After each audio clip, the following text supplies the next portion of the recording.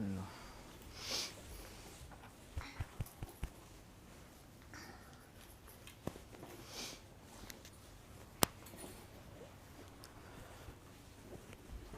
بسم الله الرحمن الرحيم الحمد لله رب العالمين له النعمة وله الفضل وله الثناء الحسن وصلوات الله البر الرحيم والملائكة المقربين على سيدنا محمد أشرف المرسلين.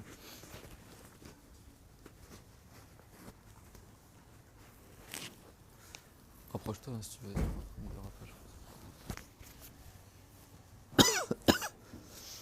Je suis un peu malade.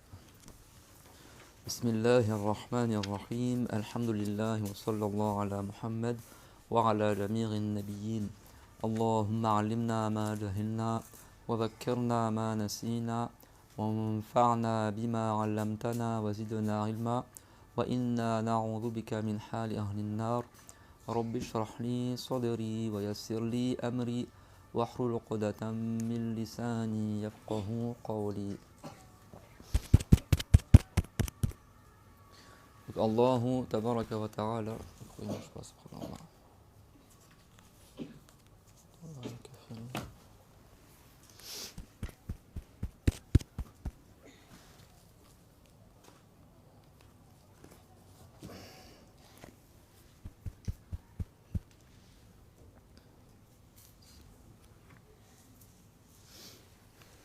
Allah tabaraka wa ta'ala dit dans le Coran honoré wa ta'awanu 'ala al-birri wat-taqwa wa la ta'awanu 'ala al-ithmi wal-'udwan, c'est-à-dire entraidez-vous pour les œuvres de bien, al-birr wat-taqwa, la piété, que le fait d'accomplir les obligations et d'éviter les interdits. On fait une bonne intention en cela, incha'Allah, conformément à la parole du prophète sallallahu alayhi wa sallam, innamal a'malu bin-niyyat wa innama likulli imri'in ma nawa. C'est-à-dire, certes, les bonnes œuvres ne valent que par l'intention, et certes, chaque personne a pour elle, c'est pourquoi elle a fait l'intention. C'est rapporté du compagnon du prophète, alayhi salatu wa salam, Abdullah ibn Mas'ud, qu'il a dit Ma ra'ahu al-muslimuna hasanan, fahuwa 'inda Allahi hasan, wa ma ra'ahu al-muslimuna qabihan, fahuwa 'inda Allahi qabih. C'est-à-dire, ce que les musulmans, ce que la communauté musulmane considère comme bien, alors c'est bien, et ce qu'elle considère comme mal, alors que c'est mal. Ça veut dire que la communauté ne va jamais se réunir sur un égarement. C'est-à-dire que si tous les savants musulmans sont unanimes qu'une chose elle est bien, les mujtahids sont tous unanimes qu'une chose est bien, ça veut dire que le jugement de Allah elle est bien. Et si tous les mujtahids sont d'accord qu'une chose elle est mauvaise, alors ça veut dire que son jugement de Allah elle est mauvaise. Ça ne veut pas dire que le jugement de Allah il dépend de la vision des mujtahids, mais ça veut dire que Dieu il a accordé une particularité à cette communauté, qu'elle ne se réunira jamais sur un égarement. Et ça, c'est quelque chose qui n'existait pas pour les autres communautés, comme Banu Israël et autres. La preuve en est, c'est qu'est-ce qu'aujourd'hui, il reste des musulmans de l'époque de Jésus ou de Moïse, de Banu Israël? Non. Ils sont tous devenus chrétiens ou juifs. Il n'y a pas des générations qui, depuis l'époque de Isa, tasalat, yani, ajaluhum ila al-an wa hum al-islam là. Ceux qui descendent de Banu Israël, il y en a, ils sont retournés en islam à notre époque, à l'époque du prophète, mais il n'y a pas des gens depuis l'époque de Moïse, on est des enfants qui sont restés sur l'islam et comme ça jusqu'à notre époque. Ces communautés-là ont été unanimes après sur des égarements. Et ça, Dieu l'a préservé, la communauté du prophète Mohammed, de cela. C'est clairement, ça c'est très important de le comprendre, parce que certains égarés à notre époque, ils nient cela, et ça c'est un gros égarement. Shafiri, il a tiré du Coran. Dans le Coran, Dieu l'a dit وَيَتَّبِعْ غَيْرَ سَبِيلِ الْمُؤْمِنِينَ نُوَلِّهِ مَا تَوَلَّى وَنُصْلِهِ جَهَنَّمَ وَسَاءَتْ مَصِيرًا. Si quelqu'un suit autre que la voie des croyants, autre que ce sur quoi sont les musulmans, les savants musulmans, alors on le chargera de son péché et il ira en enfer. De là, les savants comme Shafiri et tous les savants musulmans, ils ont compris que ça veut dire que si quelqu'un il s'écarte de la voie des croyants, de la majorité, alors il va en enfer. N'est-ce pas que Hudayfa ibn al-Yaman, dans le Bukhari, c'est rapporté qu'il a dit si jamais il n'y a plus d'imam, il n'y a plus de calife, quand on parle d'imam, parce qu'il y en a, ils croient que imam, ça veut dire celui qui dirige la prière. Ben non, l'imam en arabe, ça veut dire aussi man lahu al-imam al-mutlaqa, celui qui a l'imamité générale, c'est le calife. Le calife, on l'appelle imam. Le savant, on l'appelle imam. Le mujtahid, on l'appelle imam. Ça, les 4 mujtahid, on les appelle les 4 imams. Et celui qui dirige la prière, on l'appelle aussi imam. D'accord. Et le savant, on l'appelle imam. Quand on dit imam, ça veut dire forcément c'est celui qui est debout pour faire la prière dans la mosquée. Ça, c'est l'ignorance des gens aujourd'hui. À la base, imam en arabe, c'est-à-dire le guide. tu as des imams de bonne guidée et tu as des imams d'égarement. C'est pareil. D'accord. Pour les innovations, tu as des innovations de bonne guidée et des innovations d'égarement. Et le Mawlid, ce que l'on dit, c'est le sujet d'aujourd'hui, les innovations et le Mawlid. Le Mawlid, il a été inventé par un homme qui s'appelle Malik al-Muzaffar au 6e siècle de l'Hégire, qui était le roi d'Irbil dans la région de Mossoul, du Mosul, en Irak. Et ça fait quasiment 800 ans que les musulmans ils font le Mawlid. Et ça fait 800 ans que que tous les savants du monde musulman sont au courant que les musulmans font ça. Et il n'y a aucun savant musulman au monde qui a dit que c'était mauvais. C'est que depuis Mohammed ibn Abdel Wahhab qu'il a rendu interdit le Mawlid et que maintenant les Saoudiens ils disent c'est haram, etc. Sachez que même Ibn Taymiyyah il a dit que c'est bien de faire le Mawlid et qu'il y a des récompenses. Même Ibn Kathir, il a fait l'éloge du roi Al-Muzaffar qui a inventé le Mawlid. Et il a dit que Dieu lui fasse miséricorde parce que grâce à lui, il a innové une occasion dans laquelle les musulmans glorifient le prophète. Même Al-Zahabi, qui est l'élève de Taymiyyah, le Hafiz Al-Zahabi, il a fait l'éloge de Al-Muzaffar pour le fait d'avoir inventé le Mawlid. Al-Zahabi, il l'a mentionné dans son livre Siyar al-Nubala, dans lequel il fait la biographie des grands savants intelligents. Il a fait la biographie d'Al-Muzaffar et il a cité que c'est lui qui a inventé le Mawlid et qu'il a fait une bonne chose et qu'il y a beaucoup de récompenses en cela. Ibn Kathir, dans son livre Al-Bidaya wa Nihaya, il a mentionné également Al-Muzaffar et il a dit que Dieu lui fasse miséricorde, etc. Il a inventé le Mawlid. Et Ibn Taymiyyah, dans son livre Iqtida as-Sirat al-Mustaqim, il a dit le Mawlid peut-être que des gens ils vont faire le Mawlid et le prennent comme quelque chose qui revient chaque année, comme une saison qui revient, une fête annuelle. Et entre parenthèses, sachez qu'en Arabie Saoudite, ils l'ont remis en fête nationale, le Mawlid, et c'est un jour férié en Arabie. Donc les Wahhabites de France, je ne sais pas c'est qui leur référence. Quand tu vois même Ibn Taymiyyah, il a fait l'éloge du Mawlid. Même Ibn Kathir, dans son livre Al-Bidaya wa Nihaya, il a fait l'éloge du Mawlid, de celui qui a fait le Mawlid. Et même Al-Zahabi, dans son livre Siyar al-Nubala, les biographies des grands savants intelligents, etc., il a fait l'éloge aussi de celui qui a inventé le Mawlid.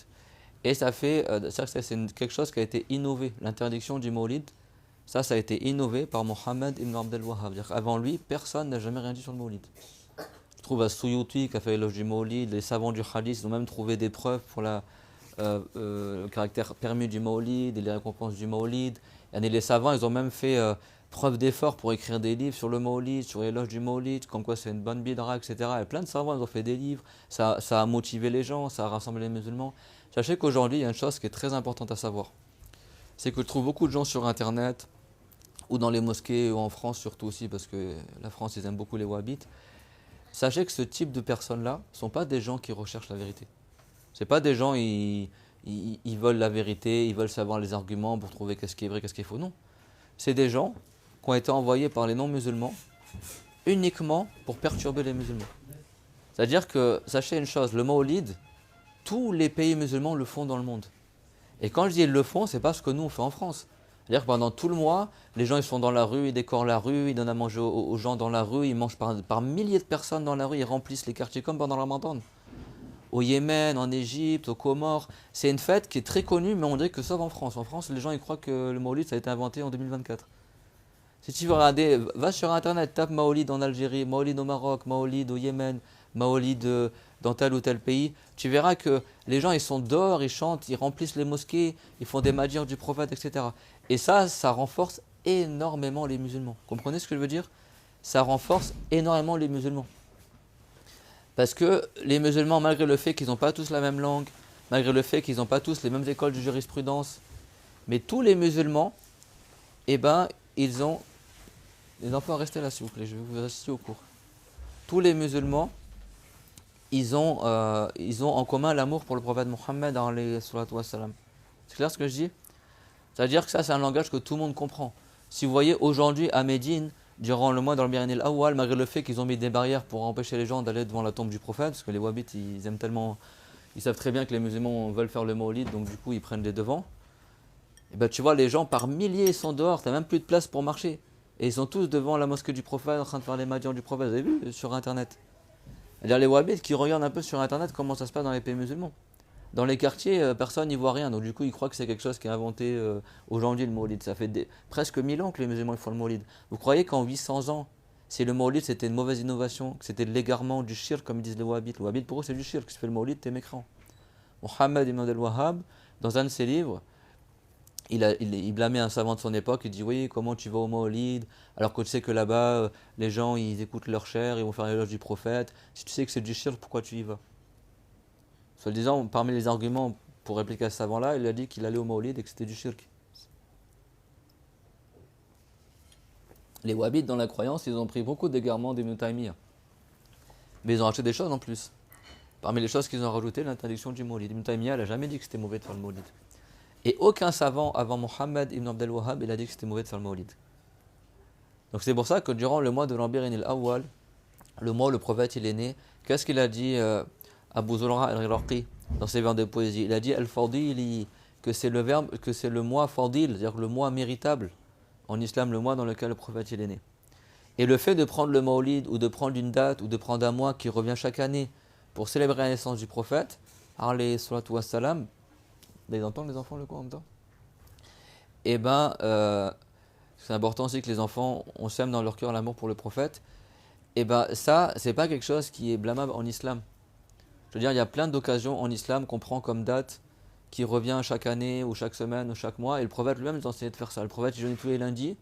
Pourtant, il n'est pas né tous les lundis de l'année.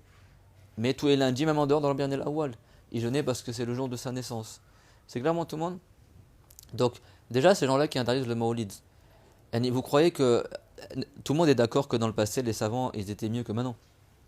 Ils avaient plus de science, ils étaient plus pieux. Et plus tu te rapproches du salaf, plus les gens ils sont vertueux, plus ils sont des savants. Je veux dire, si entre des savants d'il y a 800 ans et des savants d'aujourd'hui, il y a du bien partout, dans toutes les époques, mais vous êtes bien conscient qu'il y a 800 ans, il y avait des meilleurs savants qu'aujourd'hui. Il y avait des meilleurs imams qu'aujourd'hui. Si vous croyez que le Mawlid c'était du shirk ou de l'égarement, vous croyez que dans le monde entier, que ce soit en Indonésie, en Turquie, au Maroc, en Algérie, en Tunisie, au Yémen, en Arabie, tous les pays musulmans confondus, alors bizarrement pendant 800 ans il n'y a aucun qui a parlé? Personne n'avait remarqué que c'était l'égarement? C'est-à-dire que personne ne savait c'était quoi le shirk, personne ne savait c'était quoi le haram, et tous les savants, toutes écoles confondues, toute époque confondue, pendant 8 siècles ils n'ont jamais su que le Mawlid c'était haram. Et c'est maintenant en 2024 que des jeunes sur TikTok ou sur les réseaux, parce qu'ils voient trois khutbahs traduites en français, des saoudiens ou trucs comme ça, ou dans leur mosquée on leur sort des hadiths mal traduits ou mal formulés, ils ont découvert que le Mawlid c'était haram. Vous comprenez ce que je veux dire? Les gens, est-ce qu'ils réfléchissent un peu dans leur vie, les gens, les jeunes en France par exemple, est-ce qu'ils réfléchissent? Vous croyez que si c'était haram, les savants ils auraient laissé faire pendant 800 ans? Alors que pour moins que cela, les savants ils ont agi pour des choses moins graves que le shirk, moins graves que des choses qui sont de la mécrance, ils ont réagi. Alors si le Mawlid c'était le fait d'adorer le prophète Mohammed, il faudrait que les savants pendant 800 ans ils se sont tous tués.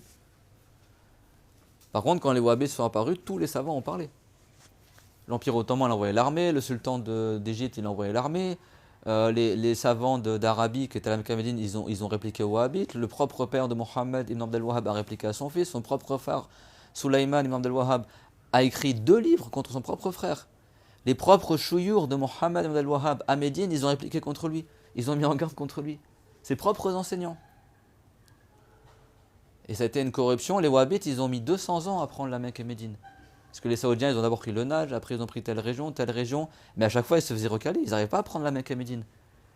Après, il y a eu les Anglais sont rentrés, ils ont essayé d'aider aussi, etc. Et à la fin, ils ont réussi au bout de 200 ans à rentrer à la Mecque et Médine, à prendre le pouvoir là-bas. Et jusqu'à aujourd'hui, je vous invite à aller sur Wikipédia. Tape sur internet juste description du patrimoine musulman wahhabite. Tu tapes ça sur internet. Dans Wikipédia, ils te mettent la liste de toutes les choses qu'ils ont détruit les wahhabites et toutes les choses qui sont en cours de projet de destruction. Et les premières choses qui vont en tête de liste, allez voir sur internet. Les premières choses qui sont en tête de liste parmi les projets de destruction des wahhabites, de destruction, c'est la tombe du prophète, la Kaaba et la coupole verte. Et ils te mettent même dans quel livre les wahhabites ils ont dit ça. Et là, dans Wikipédia, ils te mettent ça. Que jusqu'à présent, ils n'ont pas réussi, mais en 2000 et quelques, le tel saoudien il a écrit une lettre au roi et machin, et ils essaient de mettre en place cela, etc. Ils ont mis que soi-disant, ils veulent détruire la tombe du prophète, détruire la coupole verte, raser la tombe du prophète, mettre le corps du prophète dans une tombe anonyme, détruire la Kaaba, etc. C'est ça l'islam des wahhabites. Et les jeunes aujourd'hui sur internet, ils croient que c'est eux les vrais musulmans. Mais depuis quand on le fait parce que tu es à Médine, ça veut dire que tu es sur la vérité. Parce que tu es à la Mecque, ça veut dire que tu es à la vérité. Les gens, ils connaissent pas l'histoire de l'islam, subhanallah. Ils connaissent pas qu'est-ce qui s'est passé, comment les Anglais, ils ont envoyé un espion dans l'Empire ottoman pour se faire passer pour un converti qui s'appelle Humfer, qui a appris la religion, qui a appris l'arabe. Et comme ça, les Anglais se sont infiltrés parmi les musulmans et ils ont affaibli l'Empire ottoman. Ils ont fait tomber le calife, ils ont fait révolter les Arabes contre les Turcs, ils ont exclu les Turcs des pays musulmans arabes. Et que maintenant, dans les livres d'histoire, en Tunisie et autres, ils enseignent que les Turcs, ils ont envahi le Maghreb, alors que les Turcs, c'était le califat. Tous les pays musulmans, ils ont élu le calife. Enfin, ils ont porté allégeance au calife. Ils n'ont pas envahi les pays musulmans, les Turcs. Ils ont juste gouverné les pays musulmans comme n'importe quel calife. Ce qu'il appelle soi-disant le printemps arabe. Et ça a causé la perte du califat et la faiblesse dans tous les pays arabes aujourd'hui, ils sont faibles à cause de ça. C'est-à-dire les gens, au lieu d'aller chercher les histoires de fausses là, qui racontent les gens sur Internet, renseignez-vous sur la vraie histoire de l'islam. Renseignez-vous que les Saoudiens, ça fait 200 ans qu'ils ont pris le pouvoir à la Mecque à Médine et que ce qu'ils publient les Saoudiens ou ce qu'ils distribuent gratuitement, là, il y a le livre du Tawhid, soi-disant, là, alors que c'est le livre du Shirk, qui est écrit par Fawzan, qui est repris du livre du Tawhid de Mohammed Abdel-Wahhab, qui est en ce moment distribué gratuitement dans les mosquées à Paris. Vous croyez que les gens comme ça, s'ils donnent gratuitement des livres de religion, vous croyez que c'est payé par qui? Par le roi du Maroc? Ah non, c'est payé par les Saoudiens, par leurs milliards du pétrodollar. Les Saoudiens qui travaillent main dans la main avec les non-musulmans pour égarer les musulmans. Et tout ce qui renforce les musulmans, ils le rendent haram. On fait quoi dans le Mawlid? On donne un cours de religion. Est-ce que donner cours en religion, c'est haram en islam? Non. On récite le Coran. Dieu l'a dit, faqra'u ma tayassara min al-Qur'an. Récitez ce que vous pouvez du Coran. C'est ce qu'on fait durant le Mawlid. On fait l'éloge du prophète. Allah Ta'ala, il a dit, wa innaka la'ala khuluqin 'azim. Certes, tu as un comportement éminent. N'est-ce pas que Allah Ta'ala, il a même ordonné à son propre prophète que lui, il mentionne les bienfaits que Dieu lui a accordés. C'est-à-dire, c'est pas Dieu, il a ordonné uniquement aux musulmans de faire l'éloge du prophète et de mentionner les bienfaits que Dieu a accordés au prophète. Dieu l'a même ordonné au prophète Mohammed lui-même de parler des bienfaits que Dieu lui a accordés. وَأَمَّا بِنِعْمَةِ رَبِّكَ فَحَدِّثْ. Cette ayah s'adresse à qui? Au prophète Mohammed alayhi salam. D'accord? وَالضُّحَى وَاللَّيْلِ إِذَا سَجَى وَمَا وَدَّعَكَ رَبُّكَ وَمَا قَلَى. Jusqu'à la suite de la ayah. Et après, il a dit, quant au bienfait, que si quelqu'un te demande des choses, fala tanhar, ne parle pas durement envers lui. Je suis très malade aujourd'hui, mais j'ai dit, voilà, malgré le fait qu'on est malade, on donne le cours, c'est clair. Des fois, j'ai des trous de mémoire, etc., j'ai du mal à parler. Mais le prophète Mohammed alayhi salam et la religion de l'islam, il mérite qu'on la défende, même si on est malade. Et Dieu l'a dit, Binyamati rabbika fahaddith, ça veut dire mentionne les bienfaits que Dieu t'a accordés. C'est pas comme certains y pensent, ça veut dire que si tu as une belle voiture, une belle maison, tu le dis aux gens. Non, cette ayah, elle ne parle pas des gens du commun. Parce que nous, si on parle de nos bienfaits, c'est possible que ça nous rende prétentieux et orgueilleux. Le prophète Mohammed, Dieu leur donnait à lui, parce que lui, le fait qu'il raconte les miracles qu'il a eu, les bienfaits que Dieu lui a accordés, notre amour, il augmente pour le prophète Mohammed. Ça veut dire que ça, le fait de mentionner les mérites du prophète, pour faire grandir l'amour dans le cœur des gens, pour le prophète Mohammed, c'est quelque chose qui est dans le Coran, c'est quelque chose que Dieu nous a enseigné dans la religion. Donc le fait de se servir du mois dans le Rabi'ul Awwal, le mois méritoire dans lequel est méritable, dans lequel le prophète est né, comme occasion, comme mawsim, comme il a dit Ibn Taymiyyah, le fait de prendre le mois du Mawlid comme une saison pour faire le bien, comme une occasion pour faire le bien. قد يفعله بعض الناس ولهم بذلك أجر عظيم لما فيه من تعظيم رسول الله صلى الله عليه وسلم. Ibn Taymiyyah, il a dit, c'est possible que des gens le fassent et ils ont en cela une éminente récompense en raison de ce que ça comporte comme glorification du prophète alayhi salam. Parce que les textes coraniques et du hadith nous ont enseigné de glorifier le prophète alayhi salam. Quand Dieu l'a révélé au prophète Mohammed alayhi salam de parler des bienfaits que Dieu lui a ordonnés, qu'est-ce qu'il rapporte à Tirmidhi que Dieu lui a accordé? Tirmidhi rapporte que le prophète l'a dit, Ana sayyidu waladi bni Adam yawm al-qiyamah wala fakhr. Je suis le maître du fils de Adam, le maître des fils de Adam au jour dernier, et je ne dis pas cela pour me vanter. Mais pourquoi il le dit alors? Pourquoi il le dit le prophète Mohammed? Pourquoi il a dit que le Seigneur de tous les êtres humains? Dans le sens qu'il est le meilleur, le maître de tous les êtres humains. Si je veux dire plus, dites-le moi. Parce qu'en arabe, Sayyid, ça veut dire aussi Seigneur. Le maître de tous les humains. Pourquoi il a dit ça le prophète alayhi salam? Pour se la péter? Non. C'est pour que nous, on ait conscience du mérite du prophète. C'est qui le prophète? C'est qui Rasulullah sallallahu alayhi wa sallam? Le meilleur de tous les prophètes. Même si dans certains hadiths, le prophète l'a dit, La tufaddiluni ala al-anbiya, ne m'accordez pas un mérite supérieur aux autres prophètes. Parce qu'au début, le prophète, Dieu lui a pas révélé qu'il était le meilleur des prophètes. Et donc, pour préférer un prophète à un autre, c'est que par la révélation. On ne parle pas de notre tête dans la religion. Comme les wahhabites parlent de leur tête dans la religion. Ce pas des gens qui cherchent la vérité. Je veux dire, est-ce qu'un musulman, le dernier des ignorants parmi les musulmans, est-ce qu'il va dire que c'est haram de glorifier le prophète? Est-ce qu'il va dire que c'est haram de réciter le Coran? Est-ce qu'il va dire que c'est haram de se rappeler le prophète Mohammed le mois où il est né? Subhanallah, mais nous, quand ton enfant est né, n'est-ce pas que c'est sunnah de faire une walima? Quand ton enfant est né, peut-être ton enfant il va mourir mécréant, que Dieu nous en préserve. Peut-être ton enfant il va être parmi les enfants qui nuisent à leurs parents. Peut-être ton enfant il va être comme l'enfant de Nuh alayhi salam qui est mort sur la mécréance. Ou peut-être ton enfant il va mourir grand pécheur. Ou peut-être qu'il va mourir pieux. Peut-être qu'il va mourir saint. Mais est-ce que la plupart des enfants qui naissent ils meurent pieux? Est-ce que la plupart des enfants qui naissent ils meurent des saints, des awliya, etc. Alors que Dieu l'a dit wa qalilun min ibadi ash-shakur. Et peu de mes esclaves sont des gens qui remercient Allah. C'est-à-dire peu sont vertueux. Et malgré ça, ça reste recommandé que si tu as un enfant qui naît, tu fais une fête. Pour remercier Dieu du bienfait qui t'a accordé d'avoir un enfant, n'est-ce pas? Il y a des gens, ils vont dire que c'est haram de faire ça. Alors pour eux, c'est permis de faire ça pour ton bébé. Et pour le prophète, alayhi salam, c'est haram. Alors on peut remercier Dieu de nous avoir accordé un enfant. Et encore, tu ne sais même pas qu'est-ce qui va devenir ton enfant, dans quel état il va mourir. Par contre, la meilleure des créatures, que c'est certifié dans le Coran et le Hadith, que c'est le meilleur des hommes. Dans le Coran, Dieu l'a dit kuntum khayra ummah. Vous êtes la meilleure des communautés. Pourquoi on est la meilleure des communautés? Pourquoi on est la meilleure des communautés, vous le savez? Parce que notre prophète est le meilleur des prophètes. Et nous, on est qui? Moi, je suis meilleur que Jurayj, le saint, qui était à l'époque de Isa. Est-ce qu'il y a des sœurs parmi nous qui sont meilleures que Notre-Dame Maryam, qui était parmi les gens des Banu Israël? Est-ce qu'on est meilleur que Imran Mumathan, qui était un grand imam de Banu Israël, le père de Maryam? Est-ce qu'on est là, je ne cite pas des prophètes, parce que bien sûr on n'est pas meilleur que les prophètes, mais les saints des autres communautés, que Asif ibn Balkhiya, le saint qui était à l'époque de Sulayman, on est meilleur que lui? Non, mais pourquoi notre communauté elle est meilleure que les autres communautés? Ça veut dire que nous on est chacun meilleur que tous les musulmans qui ont existé avant? Non, mais parce que Dieu nous a honorés par le fait que notre prophète est le meilleur des prophètes, par le fait que notre livre est le meilleur des livres, par le fait que notre loi est la meilleure des lois musulmanes qui a été révélée, meilleure que la loi de Banu Israël, meilleure que la loi que Isa a reçue, etc. Donc quand nous, subhanallah, le prophète l'a dit quoi? Nahnu al-akhirun al-awwalun. Il a dit nous on est les derniers mais on est les premiers. On est les derniers à être arrivés mais on sera les premiers à entrer au paradis. Pour les musulmans parmi nous. C'est bon? Alors nous avec notre état, je parle pour moi en premier, avec notre piteux état dans la religion, notre manque de piété, on est dans la dunya, tu as vu aujourd'hui dans quel pays on vit, dans quelle situation on est, etc. Mais tu dis subhanallah, malgré tous nos défauts, Dieu l'a fait qu'on est dans la meilleure des communautés. Il a fait que notre prophète, ça aurait pu être Adam, ça aurait pu être Zacharia, et tous les prophètes sont les meilleurs des humains, bien sûr. On aurait pu vivre à l'époque de Adam. Mais Adam, Dieu l'a dit lui-même. Il a dit Ya Adamu, laola Muhammadun ma khalaqtuka. Oh Adam, si c'était pas pour Mohammed, je t'aurais pas créé. Si c'était pas pour que Mohammed il apparaisse un jour dans la dunya, Dieu n'aurait pas créé Adam. Alayhi salam. À l'époque de Adam, il y avait combien de prières par jour? Une. Ça veut dire qu'à l'époque de Adam, tu ne pourras jamais avoir toutes les récompenses des 5 prières que nous, on a dans notre communauté à nous.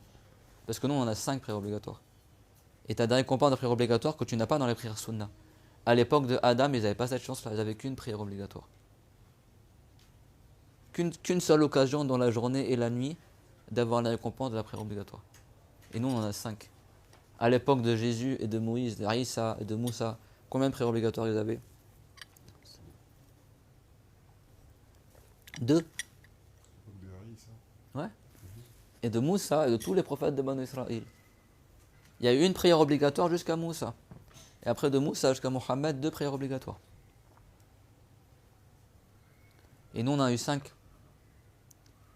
Comme ça, on a 5 occasions d'avoir des récompenses de la prière obligatoire.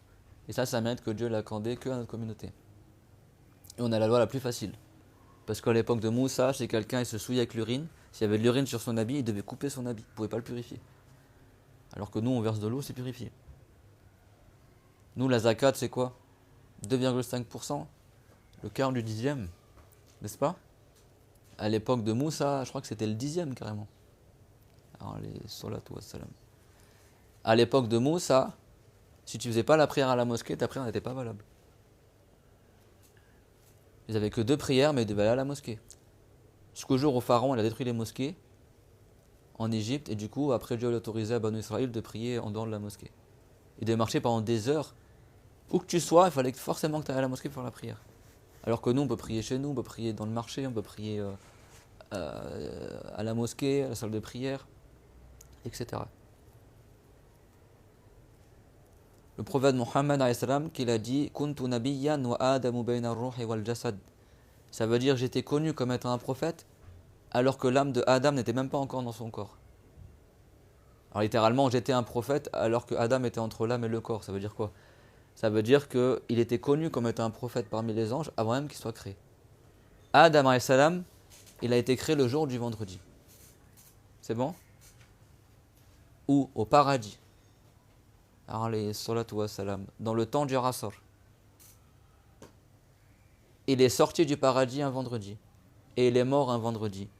Et le souffle de la trompe du jour dernier, qui fera mourir tout le monde, Saqa, elle aura lieu aussi un vendredi. Les Wahhabites, ils vont te dire quoi? Ah mais vous fêtez soi-disant la mort du prophète Mohammed, parce qu'il est mort un lundi 12 de l'Amir al-Awwal. Déjà, est-ce que toi tu lis dans nos cœurs? Mais on dit, on connaît la naissance du prophète. Je veux dire, t'es sourd en fait, la naissance pour toi ça veut dire la mort. Ouais, bah alors pourquoi vous faites le lundi? Bah il est né un lundi. Et il a reçu la révélation un lundi. Et il est arrivé à Médine un lundi. N'est-ce pas? Et il est mort un lundi.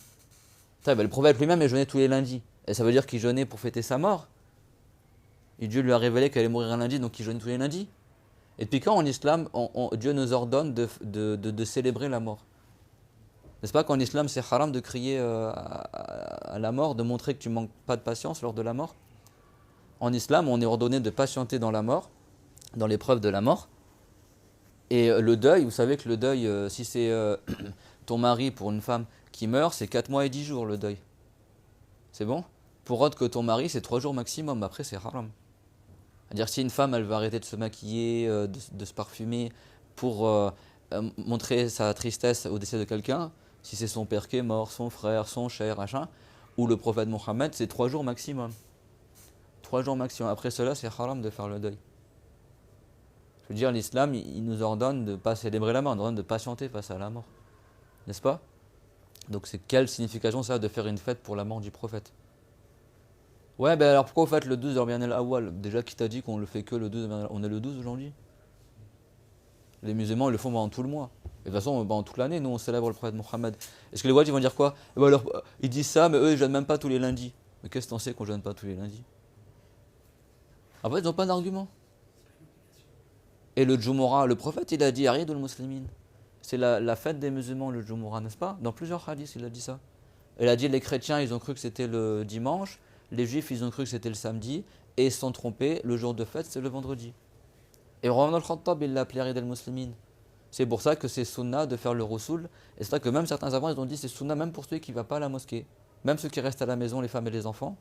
Les enfants, venez d'ailleurs, hein, si vous avez terminé de manger, venez avec nous là dans l'assemblée. Vous ne trouvez pas de l'assemblée du cours là. Le cours, il est pour tout le monde, pour les grands et les enfants.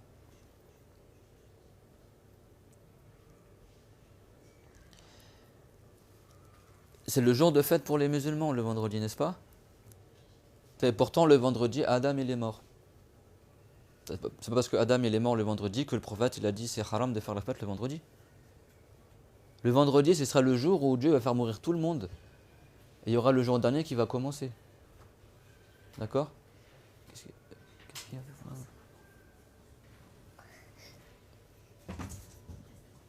Mais asseyez-vous au cours. Va avec tonton Sekou, va avec tonton Sekou.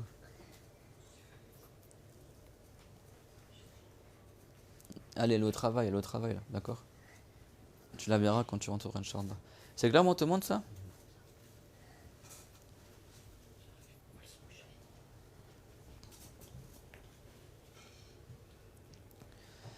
Donc, quel que soit, parce que chaque année ils trouvent un nouveau truc, quel que soit ce que tu dises, ils vont toujours rebondir sur autre chose. C'est-à-dire que leur but, c'est pas de trouver la vérité. Vous comprenez ce que je veux dire?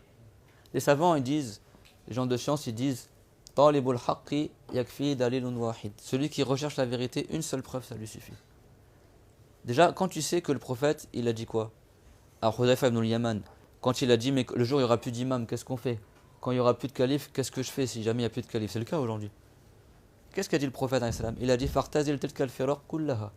Il a dit, alors détourne-toi de tous ces groupuscules. Toutes les petits sectes, tu te sépares d'eux. Tu vas pas les voir.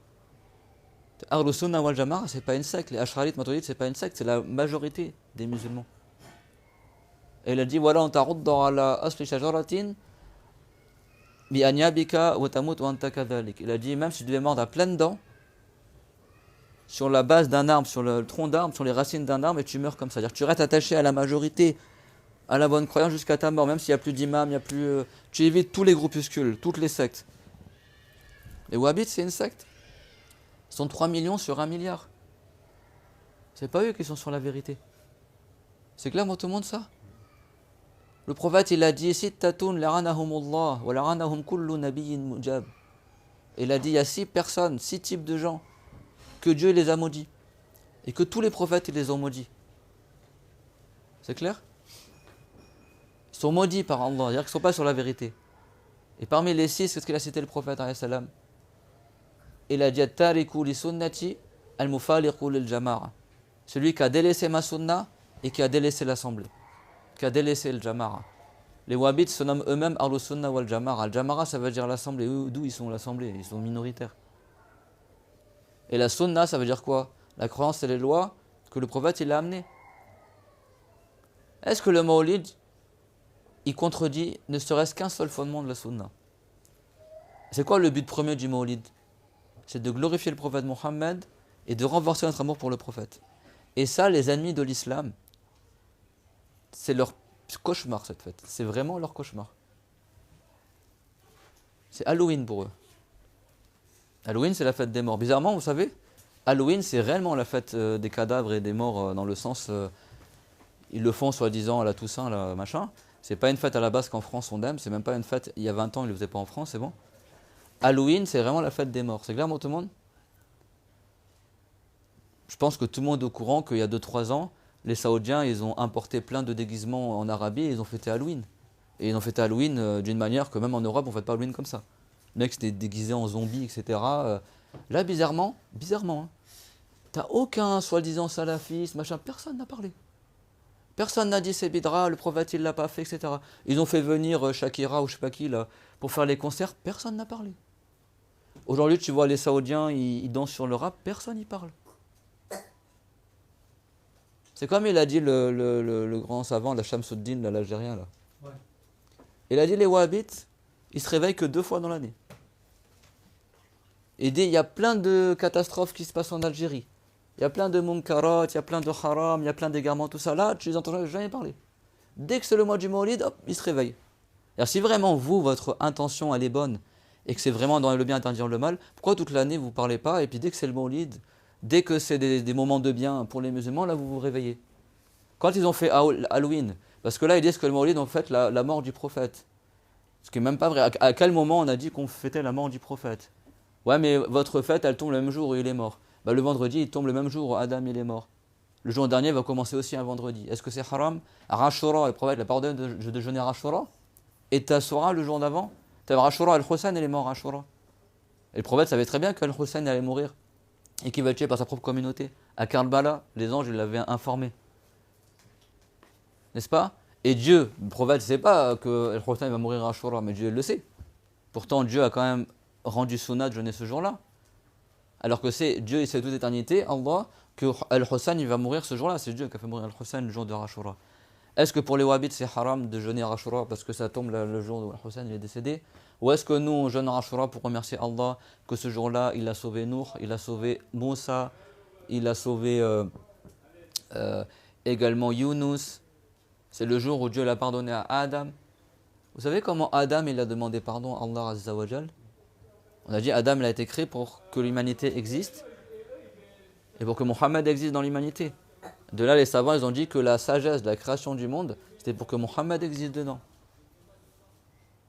Comment Adam il a demandé pardon à Allah Ta'ala? Il a dit Ya Allah inni atubu ilayk wa astaghfiruka bijahi Muhammad in lam taghfir li.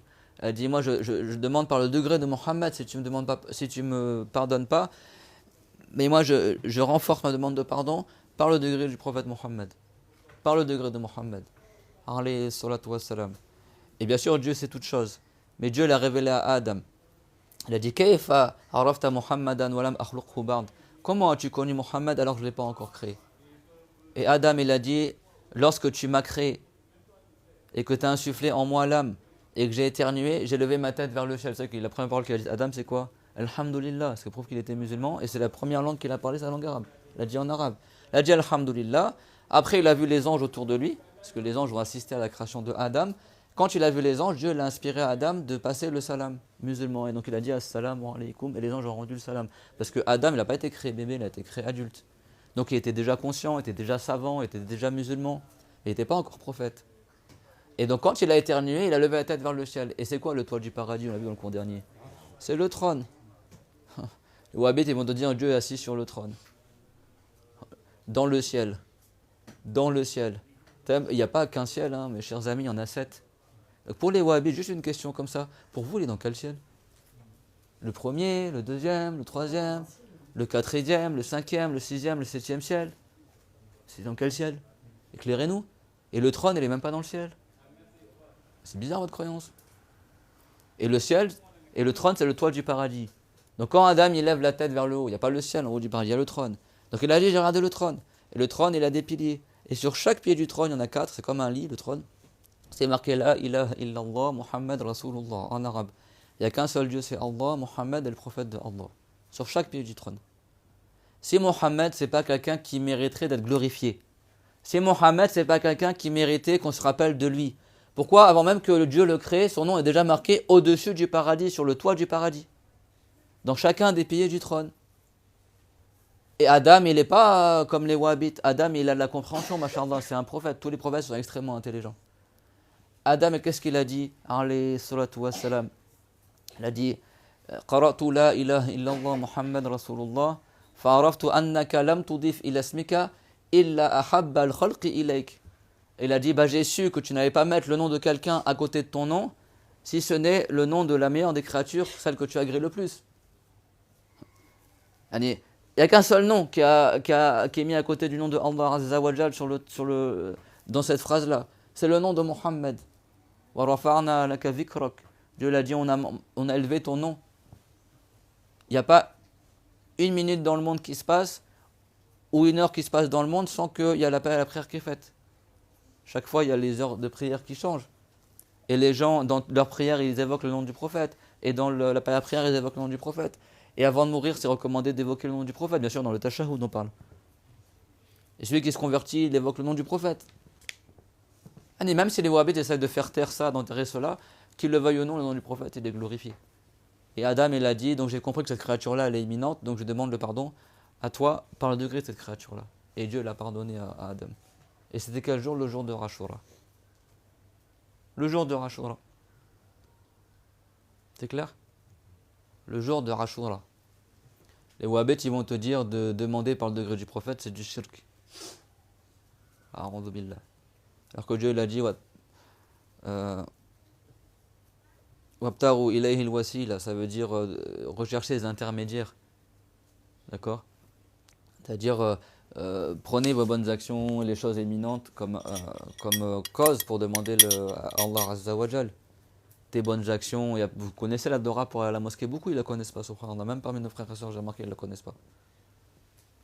Qui est un hadith Hassan, qui est rapporté par plusieurs savants du hadith, un hadith confirmé.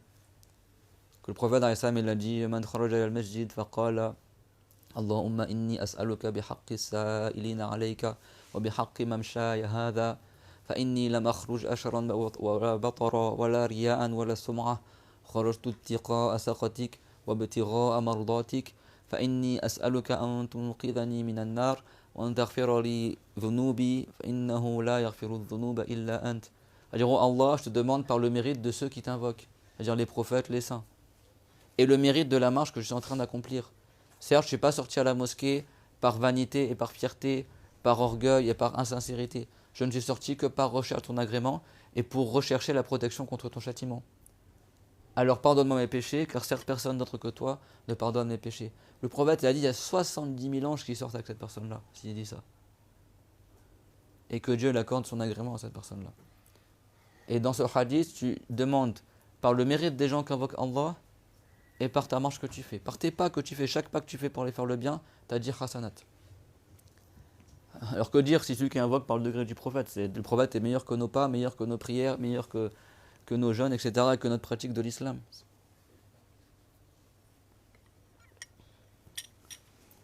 Les mouchriquines ont tellement lu au prophète Mohammed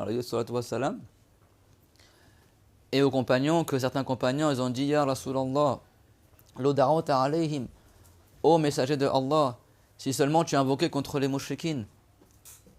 Qu'est-ce qu'a dit le prophète alayhi salam? Il dit Inni lam ubras la'anan. Moi je n'ai pas été envoyé comme maudisseur. Il dit Innama ana rahmatun muhdad, je ne suis que une miséricorde que vous a été offerte. C'est quand le prophète Mohammed il a eu sous son égide, à sa merci, les chefs des mouchriquines qui l'ont nui, qui ont essayé de le tuer, qui ont menti sur lui, qui ont combattu jusqu'à leur dernière ardeur le prophète Mohammed. Quand il a conquis la Mecque, il est arrivé victorieux à la Mecque, il y en a beaucoup qui étaient morts parmi les mouchriquines, mais le prophète il a eu la capacité de tuer les chefs des mouchriquines qui étaient encore vivants et de se venger, etc. Et eux ils ont eu peur, ils ont su que c'était fini pour eux. Qu'est-ce qu'ils ont dit? Le prophète a dit Madha tazunnuna anni farirun bikum. Il a dit qu'est-ce que vous pensez que je vais faire aujourd'hui de vous? Et maintenant que j'ai 100 000 compagnons avec moi, j'ai une armée avec moi, personne n'arrive à nous battre, etc. Qu'est-ce que vous pensez que je vais faire de vous? Là ils ont eu peur les mouchriquines. Ils ont dit Akhun Karim, Ibn Akhin Karim. Ils ont dit mais toi tu es un frère honorable, fils d'un frère honorable. Quand ils ont vu que c'était foutu pour eux, ils ont tourné leur veste. Non mais toi tu es un noble de parmi les Arabes, tu es parmi nos frères, etc. Le prophète qu'est-ce qu'il a dit? Il a dit Idhabu fa antumut tulaqa. Il a dit partez, c'est vous qui êtes libérés. Et il a dit je vous dis la même chose que mon frère Youssouf. Le prophète n'avait pas de frère qui s'appelait Youssouf. Mais le prophète Youssouf alayhi salam, qui était un prophète venu avec l'islam, il a dit La tathriba alaykumul yawm. Il a dit il n'y a point de rancœur envers vous aujourd'hui. Et il les a laissés partir. Parce que Youssouf, 80 ans après, quand ses frères sont venus demander de l'aide au chef de l'Égypte, au roi d'Égypte, c'est bon. Youssouf, il a reconnu ses frères, il aurait pu se venger contre ses frères qui ont essayé de le tuer. Vous connaissez l'histoire de Youssouf alayhi salam. Et après ses frères, ils ont reconnu Youssouf. Parce que Youssouf leur a dit, mais vous n'avez pas un petit frère dans le passé Et là, quand il a posé la question, après ses frères, ils ont ah mais en fait c'est toi. Il a dit oui. Et il a dit, mais il n'y a pas de rancune envers vous. Il a dit, je vous pardonne de ce que vous m'avez fait. C'est ça la miséricorde des prophètes. Que Dieu l'a dit, Wama arsalnaka illa rahmatan lil alamin. Nous t'avons envoyé que comme miséricorde pour les mondes.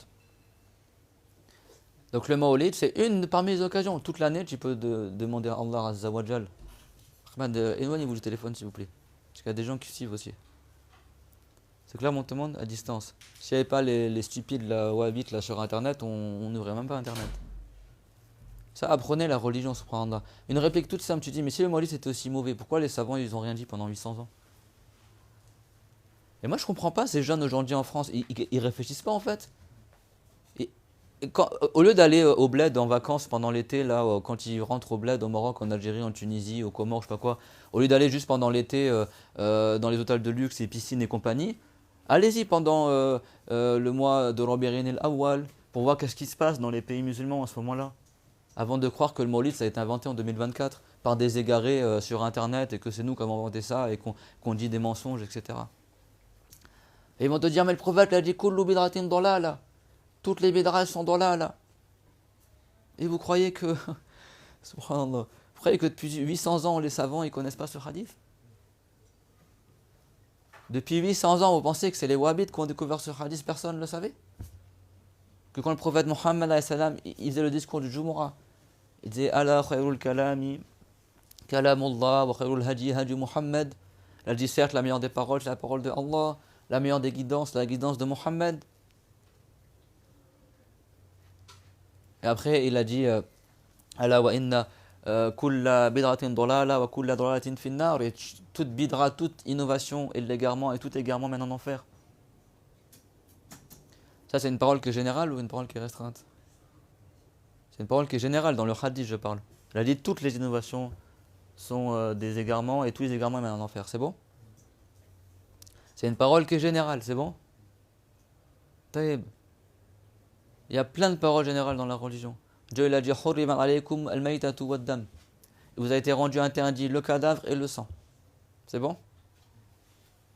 Taïb. Ça, c'est ce qu'on appelle des paroles générales. Vous savez que la majorité des paroles générales dans le Coran et le Hadith, elles sont restreintes par d'autres textes. Qu'est-ce qu'ils ont dit les savants? La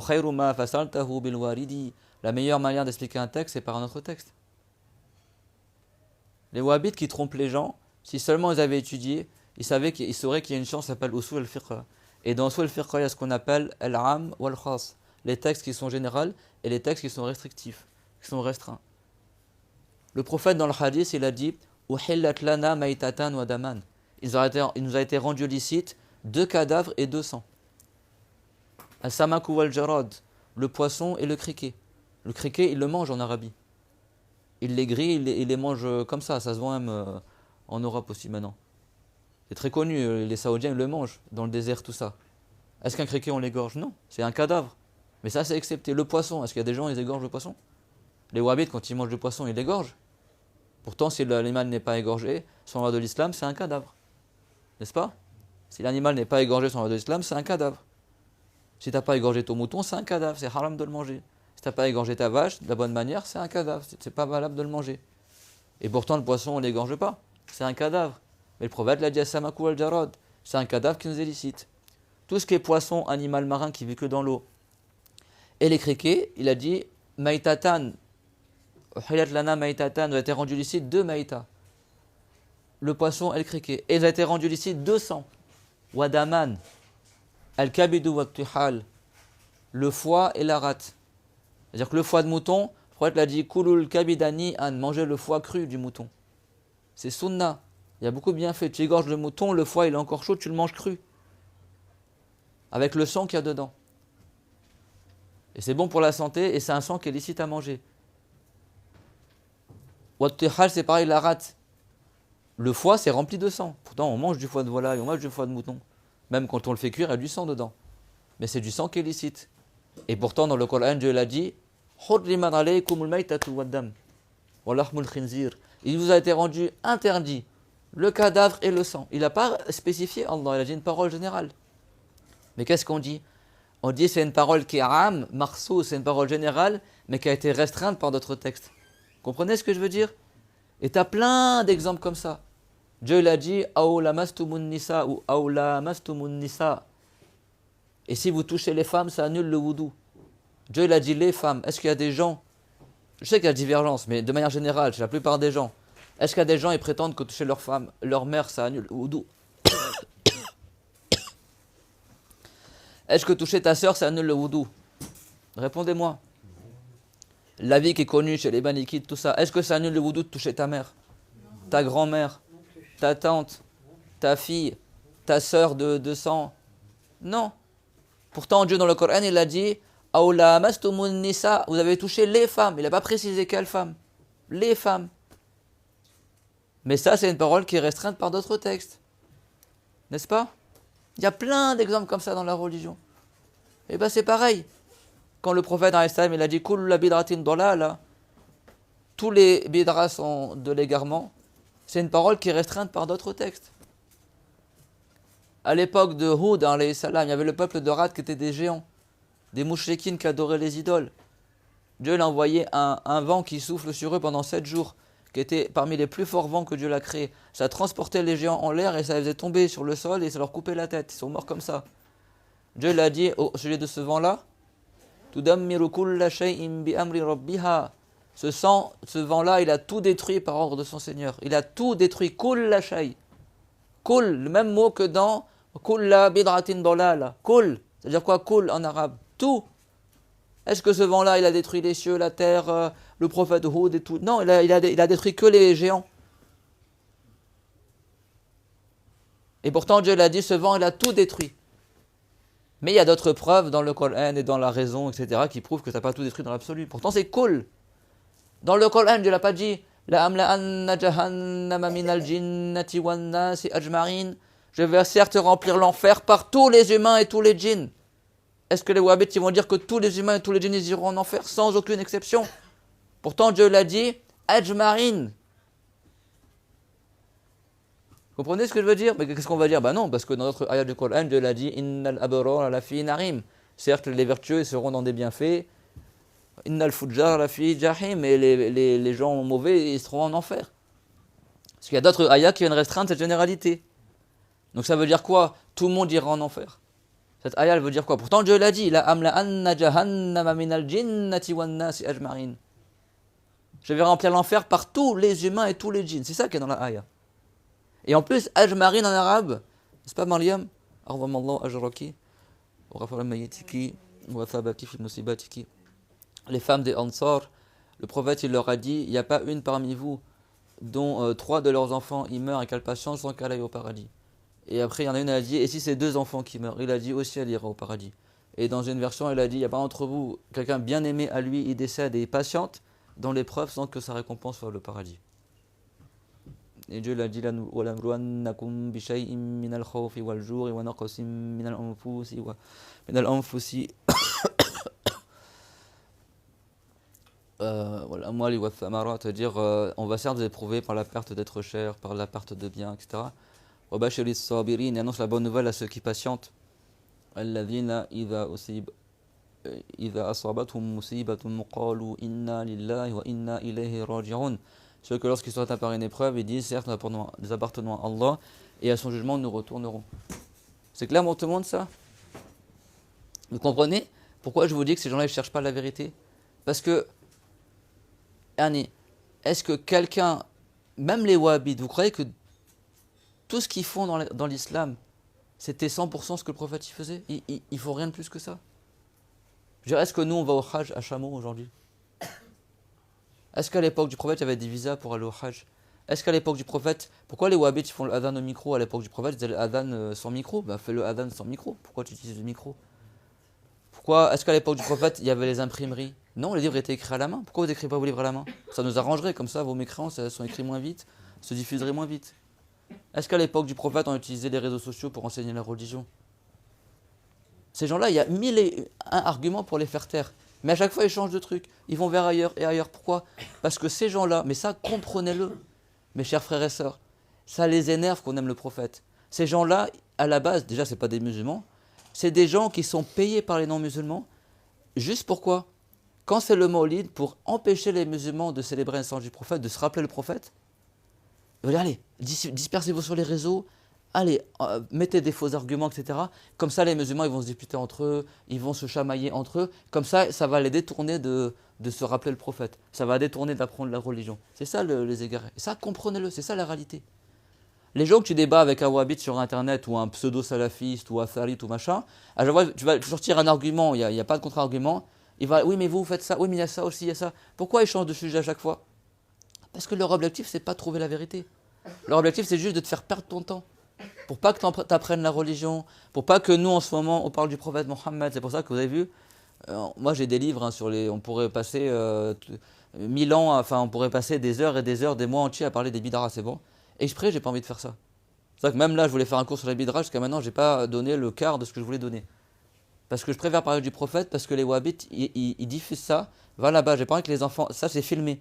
J'ai pas envie que les enfants ils apparaissent sur les écrans, d'accord? C'est clairement tout le monde, il y a des pédophiles, il y a des gens machin, des gens tordus, etc. Les enfants, vous passez pas devant les caméras. Le cours, il est filmé là, il y a des gens qui suivent le cours là, en même temps. C'est clairement tout le monde. Donc je sais que normalement, il y en a qui viennent à côté de moi, etc. Voilà, patientez. C'est clair? Parce que les débiles là qu'on voit sur les réseaux sociaux, moi je vous dis, les gens, la jeune des cités, je sais pas où est-ce qu'ils sont leurs cerveaux aujourd'hui. Je veux dire, ceux qui sont d'origine marocaine, tu sais pas comment ça se passe au Maroc? Ceux qui sont d'origine algérienne, tu connais pas qu'est-ce qu'ils font en Algérie durant le Rabi'a al-Awwal? C'est connu depuis 800 ans. Soi-disant, personne n'a jamais dit que c'était haram, maintenant on doit dire que c'était haram. Les wahhabites, c'est même pas des musulmans. C'est des gens, c'est comme des juifs déguisés en musulmans qui enseignent la croyance des juifs. Je dis pas ça, j'appelle pas à la haine contre les juifs, pas du tout. Mais c'est pas les juifs, c'est pas l'islam. Si quelqu'un il veut vivre avec les juifs, c'est son problème. Vous comprenez ce que je veux dire ou pas? Il y a des juifs au Maroc, il y a des juifs en Arabie, il y a des juifs, il y a des chrétiens aussi au Moyen-Orient, etc. Si toi tu veux avoir la religion des chrétiens, Après, c'est ton choix. Dans l'au-delà, on sait qui sera sauvé, etc. Mais toi, pars avec eux. Va faire je sais pas moi, les fêtes juives ou les fêtes chrétiennes, etc. C'est tout. Mais arrêtez de dire que d'interdire aux musulmans ce qui n'est pas interdit. Parce que ils disent quoi aussi? Pas ton livre de religion, mettez pas sur des endroits qui sont rabaissants. Ils disent quoi les wahhabites? Ah mais vous imitez les chrétiens. Les chrétiens, vous savez, en islam, si nous on savait la fête de l'année, le jour exact où est né le prophète Jésus, on aurait le droit de faire une fête pour la naissance du prophète Jésus. Faire une fête pour la naissance d'un prophète, soit Moussa, Adam ou ce que tu veux, ou qui tu veux, c'est permis en islam. Pour remercier Dieu, n'est-ce pas? Les anniversaires des gens du commun, on le fait pas, parce que toi t'es qui pour qu'on fête ta naissance chaque année? Mais les gens vertueux, comme les prophètes, c'est permis de fêter leur naissance. Les chrétiens, Noël, on le fait pas, c'est pas parce que pourquoi on le fait pas Noël? Déjà là-bas, c'est même pas une fête chrétienne, ça a été inventé par les polythéistes. Là, ils ont intégré une fête païenne chez les chrétiens, et parce que personne n'a confirmé que Jésus il est né le 25 décembre. C'est clair, mon tout le monde? Et parce que dans leur fête, ils font de la mécrance. C'est pas ils disent il est né le divin enfant, ils accordent la divinité à Jésus, et ils disent des mensonges sur Jésus et Marie. C'est pour ça que c'est haram Noël. Vous comprenez ce que je veux dire ou pas? C'est pas haram parce qu'ils fêtent la naissance de Jésus. Si nous on savait quand est-ce que Jésus est né, on aurait le droit de fêter sa naissance. Et pareil pour Moussa, et pareil, etc. Vous comprenez ce que je veux dire? Donc non, on n'imite pas les chrétiens. À Ashura, vous savez que les juifs ils jeûnaient Ashura à l'époque du prophète? Les juifs ils jeûnaient Ashura. Et quand le prophète a demandé aux juifs pourquoi vous jeûnez Ashura, ils ont dit parce que c'est ce jour-là où Dieu a sauvé Moussa. Et le prophète a dit Nahnu awla minkum bi Moussa. Il a dit nous on est prioritaire à remercier Dieu pour Moussa par rapport à vous. Parce que nous on est musulmans et Moussa était musulman. Et après il a ordonné aux musulmans de jeûner Ashura. Et pour pas imiter les juifs dans leur jour de Ashura, il a dit et je jeûnerai aussi le jour de 9 l'année prochaine s'ils sont encore vivants. Comme ça on ne jeûne pas que ce jour-là mais le jour d'avant aussi. Comme ça on contredit les juifs qui eux jeûnaient que Ashura. C'est clair, mon tout le monde? Est-ce qu'ils vont dire c'est haram de jeûner Ashura parce que les juifs ils jeûnent Ashura? Si un chrétien il fait une aumône, on va dire que c'est haram de faire une aumône parce que les chrétiens ils font une aumône.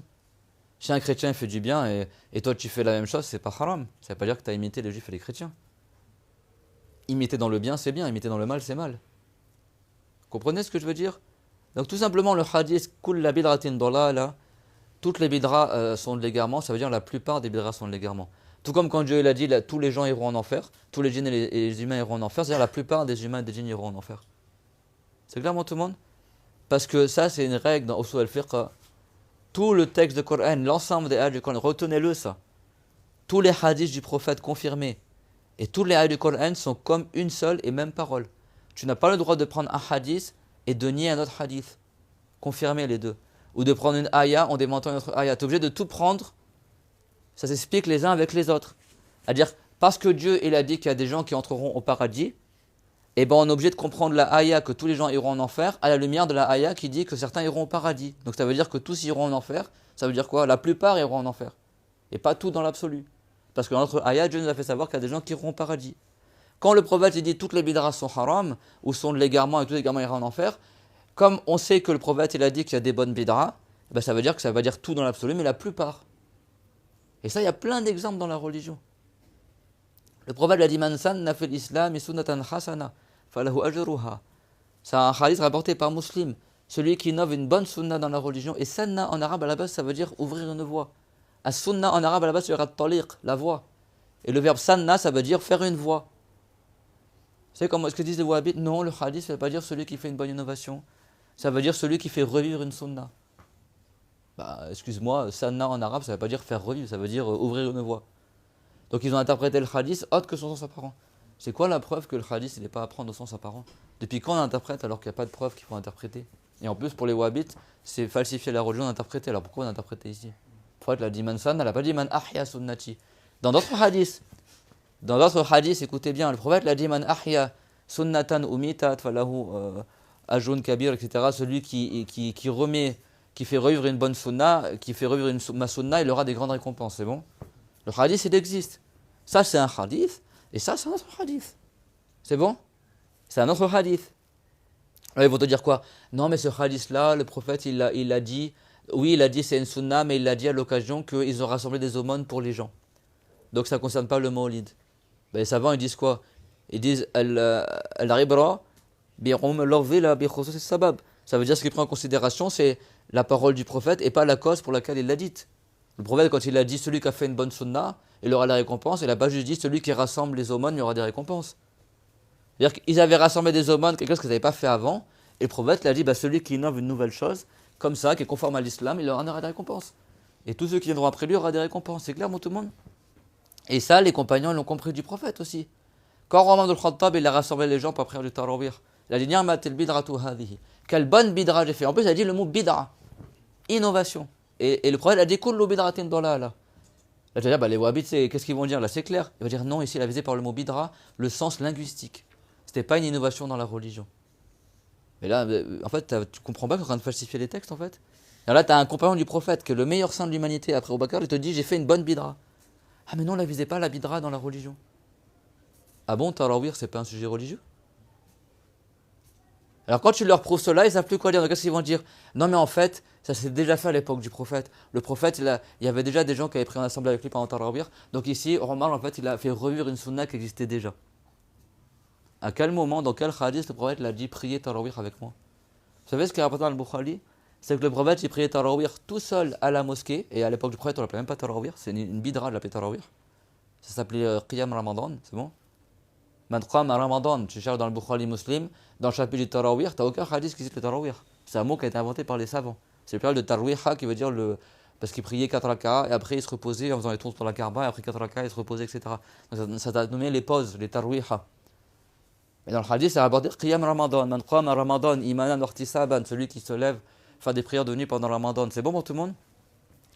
C'est rapporté que le prophète, pendant une nuit, 2 nuits, il priait le tarawih seul et les compagnons qui se sont faits se sont mis à se mettre derrière lui, certains, et à prier avec lui en assemblée. Mais le prophète n'a rien demandé. Au bout de 2 ou 3 nuits, le prophète il est carrément allé chez lui pour pas que les compagnons aient pris derrière lui le tarawih. Et après il a dit khashitu an tufrada alaykum. Il a dit j'ai craint que Dieu rende le tarawih obligatoire sur vous. Donc le prophète non seulement il n'a pas ordonné qu'on fasse la prière tarawih avec lui en assemblée, mais en plus quelqu'un pourrait dire il a fui de la mosquée pour pas, parce que le prophète avait beaucoup de compassion vers ses compagnons. Vous savez que le prophète, c'est possible que à cause du fait que le prophète demande des choses aux compagnons, c'est possible que Dieu il le rende obligatoire. C'est clairement tout le monde ça? Le prophète, des fois Dieu il donnait le choix, c'est pas tout le temps, mais des fois Dieu il donnait le choix au prophète, est-ce que cette chose-là elle est obligatoire ou recommandée? Par exemple le siwak, le prophète il a dit si j'avais craint que c'était trop compliqué pour vous, j'aurais ordonné le siwak avant chaque wudu et chaque prière. C'est-à-dire que Dieu a donné le choix au prophète de choisir est-ce que tu veux qu'en islam le siwak soit obligatoire avant de faire le wudu, avant de faire la prière, ou est-ce que c'est sunna? Le prophète il a réfléchi, il a dit bon peut-être ça va être trop dur pour la communauté, bon c'est pas trop dur mais peut-être ça va être éprouvant, donc il a choisi le plus facile, c'est ça la miséricorde aussi du prophète Mohammed. Donc il a choisi que ce soit sunna, mais il a dit si j'avais craint pour vous, j'aurais choisi que ce soit obligatoire. Et donc le prophète, quand il a vu que les compagnons commençaient, certains, à se rassembler derrière lui pour faire la prière du tarawih avec lui, alors qu'il n'a rien demandé. Alors qu'il n'a rien demandé, le prophète. Et bien le prophète, exprès, il s'est isolé de la mosquée et il faisait la prière dans sa maison, qui était collée à la mosquée. Et ça rapportait que certains compagnons, à travers le mur, ils suivaient le prophète, parce qu'ils voyaient le prophète à l'autre côté du mur. Et le prophète, et après il est sorti, il a dit, j'ai pas voulu continuer à faire le tarawih dans la mosquée, pour pas que vous me suivez, de peur qu'après ça devienne obligatoire sur vous. Vous comprenez ce que je veux dire ou pas? Donc ça veut dire que ce n'était pas sunna à l'époque du prophète. Parce que pour que ça soit sunna, il faut que le prophète l'ait ordonné de le faire. Parce que la sunna, c'est un ordre du prophète, mais qui est moins prononcé que l'obligatoire. C'est ça qu'on appelle la sunna. Le recommandé. C'est clair, tout le monde? Il y a 2 types de amr. Et ça, les wahhabites, ils ne comprennent pas. Ils croient que à chaque fois que le prophète l'ordonne, c'est obligatoire. Et à chaque fois qu'il interdit, c'est haram. C'est pas ça.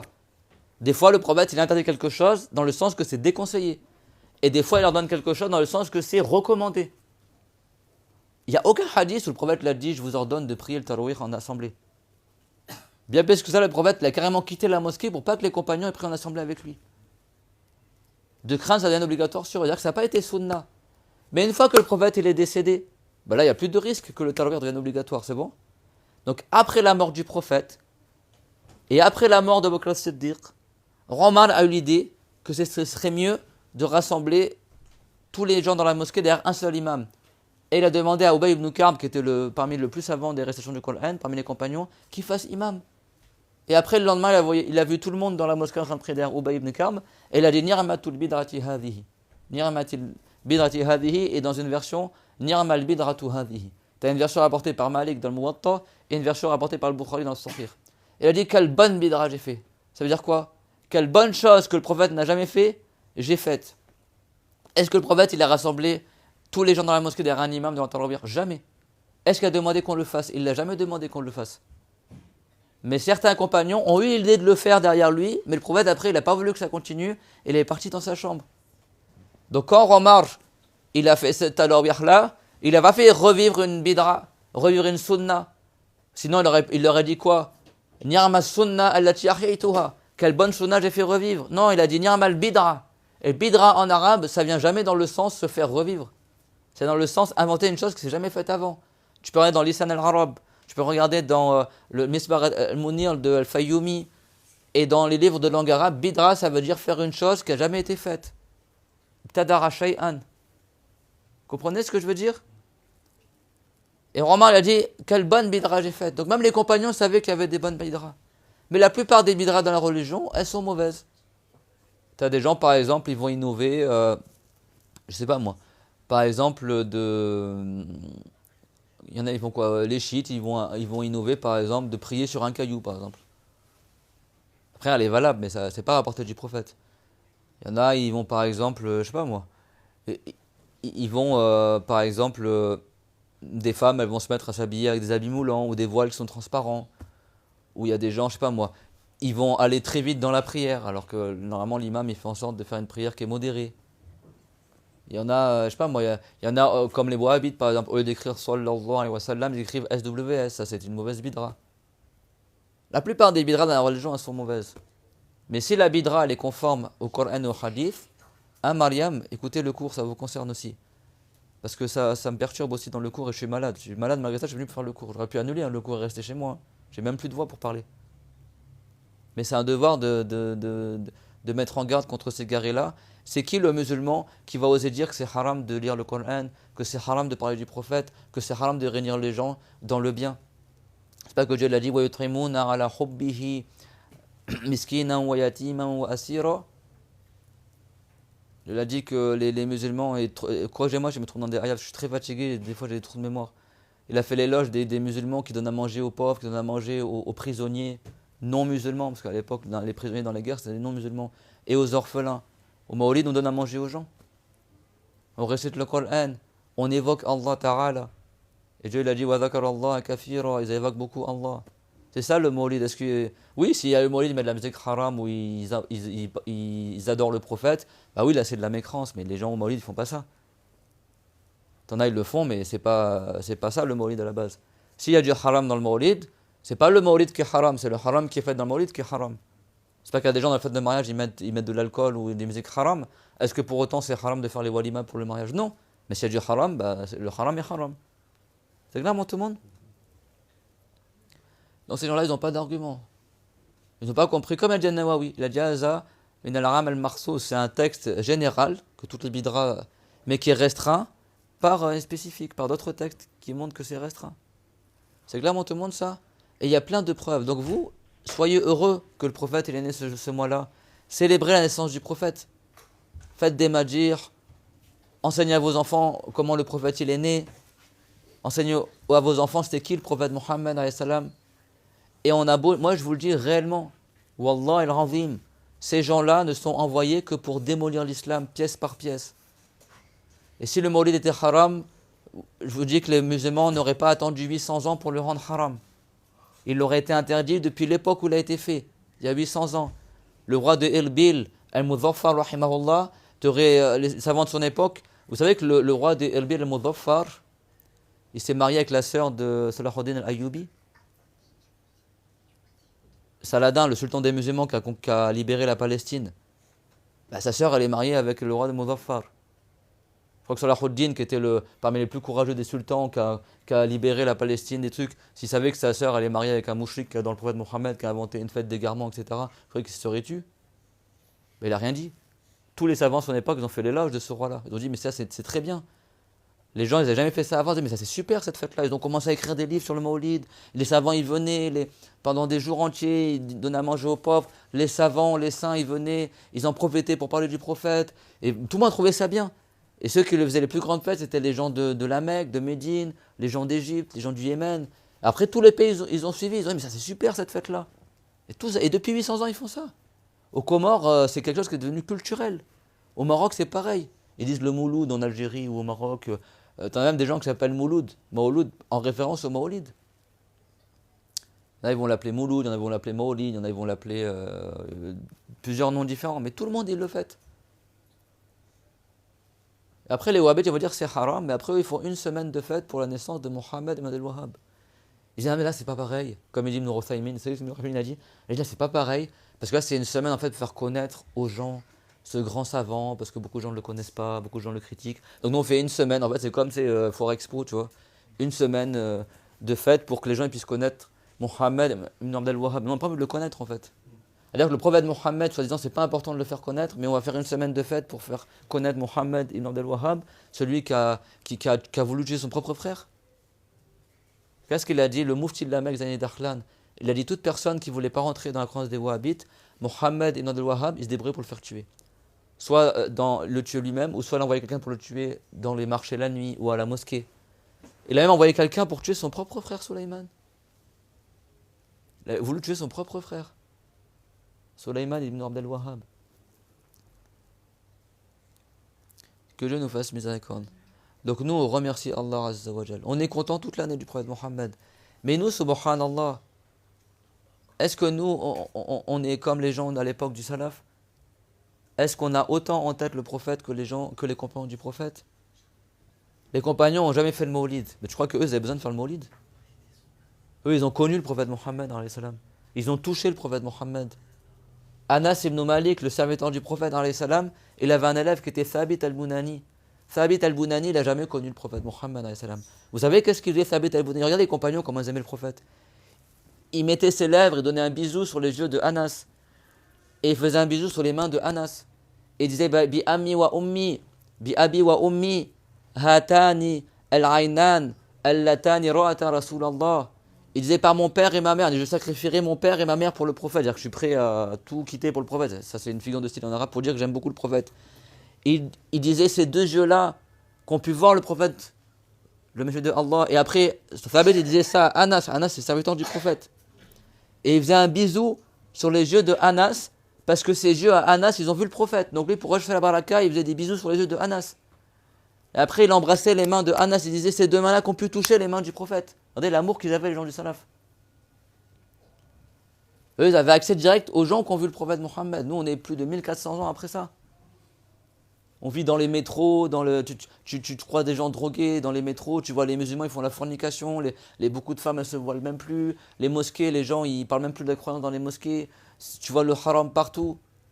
Tu crois qu'on pense au prophète Mohammed comment il le pensait à l'époque des compagnons? Mais les gens, ils se languissent que le Maulid il arrive pour dire enfin on peut faire toute l'année, mais c'est difficile de réunir tous les gens toute l'année. Donc ce mois-là, on le réserve, on dit ce mois-là, on se rappelle le prophète. Combien de femmes elles font le repentir, ou d'hommes ils font le repentir dans les fêtes du Maulid? On parle du prophète, on parle de ses miracles. Mais Dieu leur donne au prophète Mohammed de parler de ses miracles.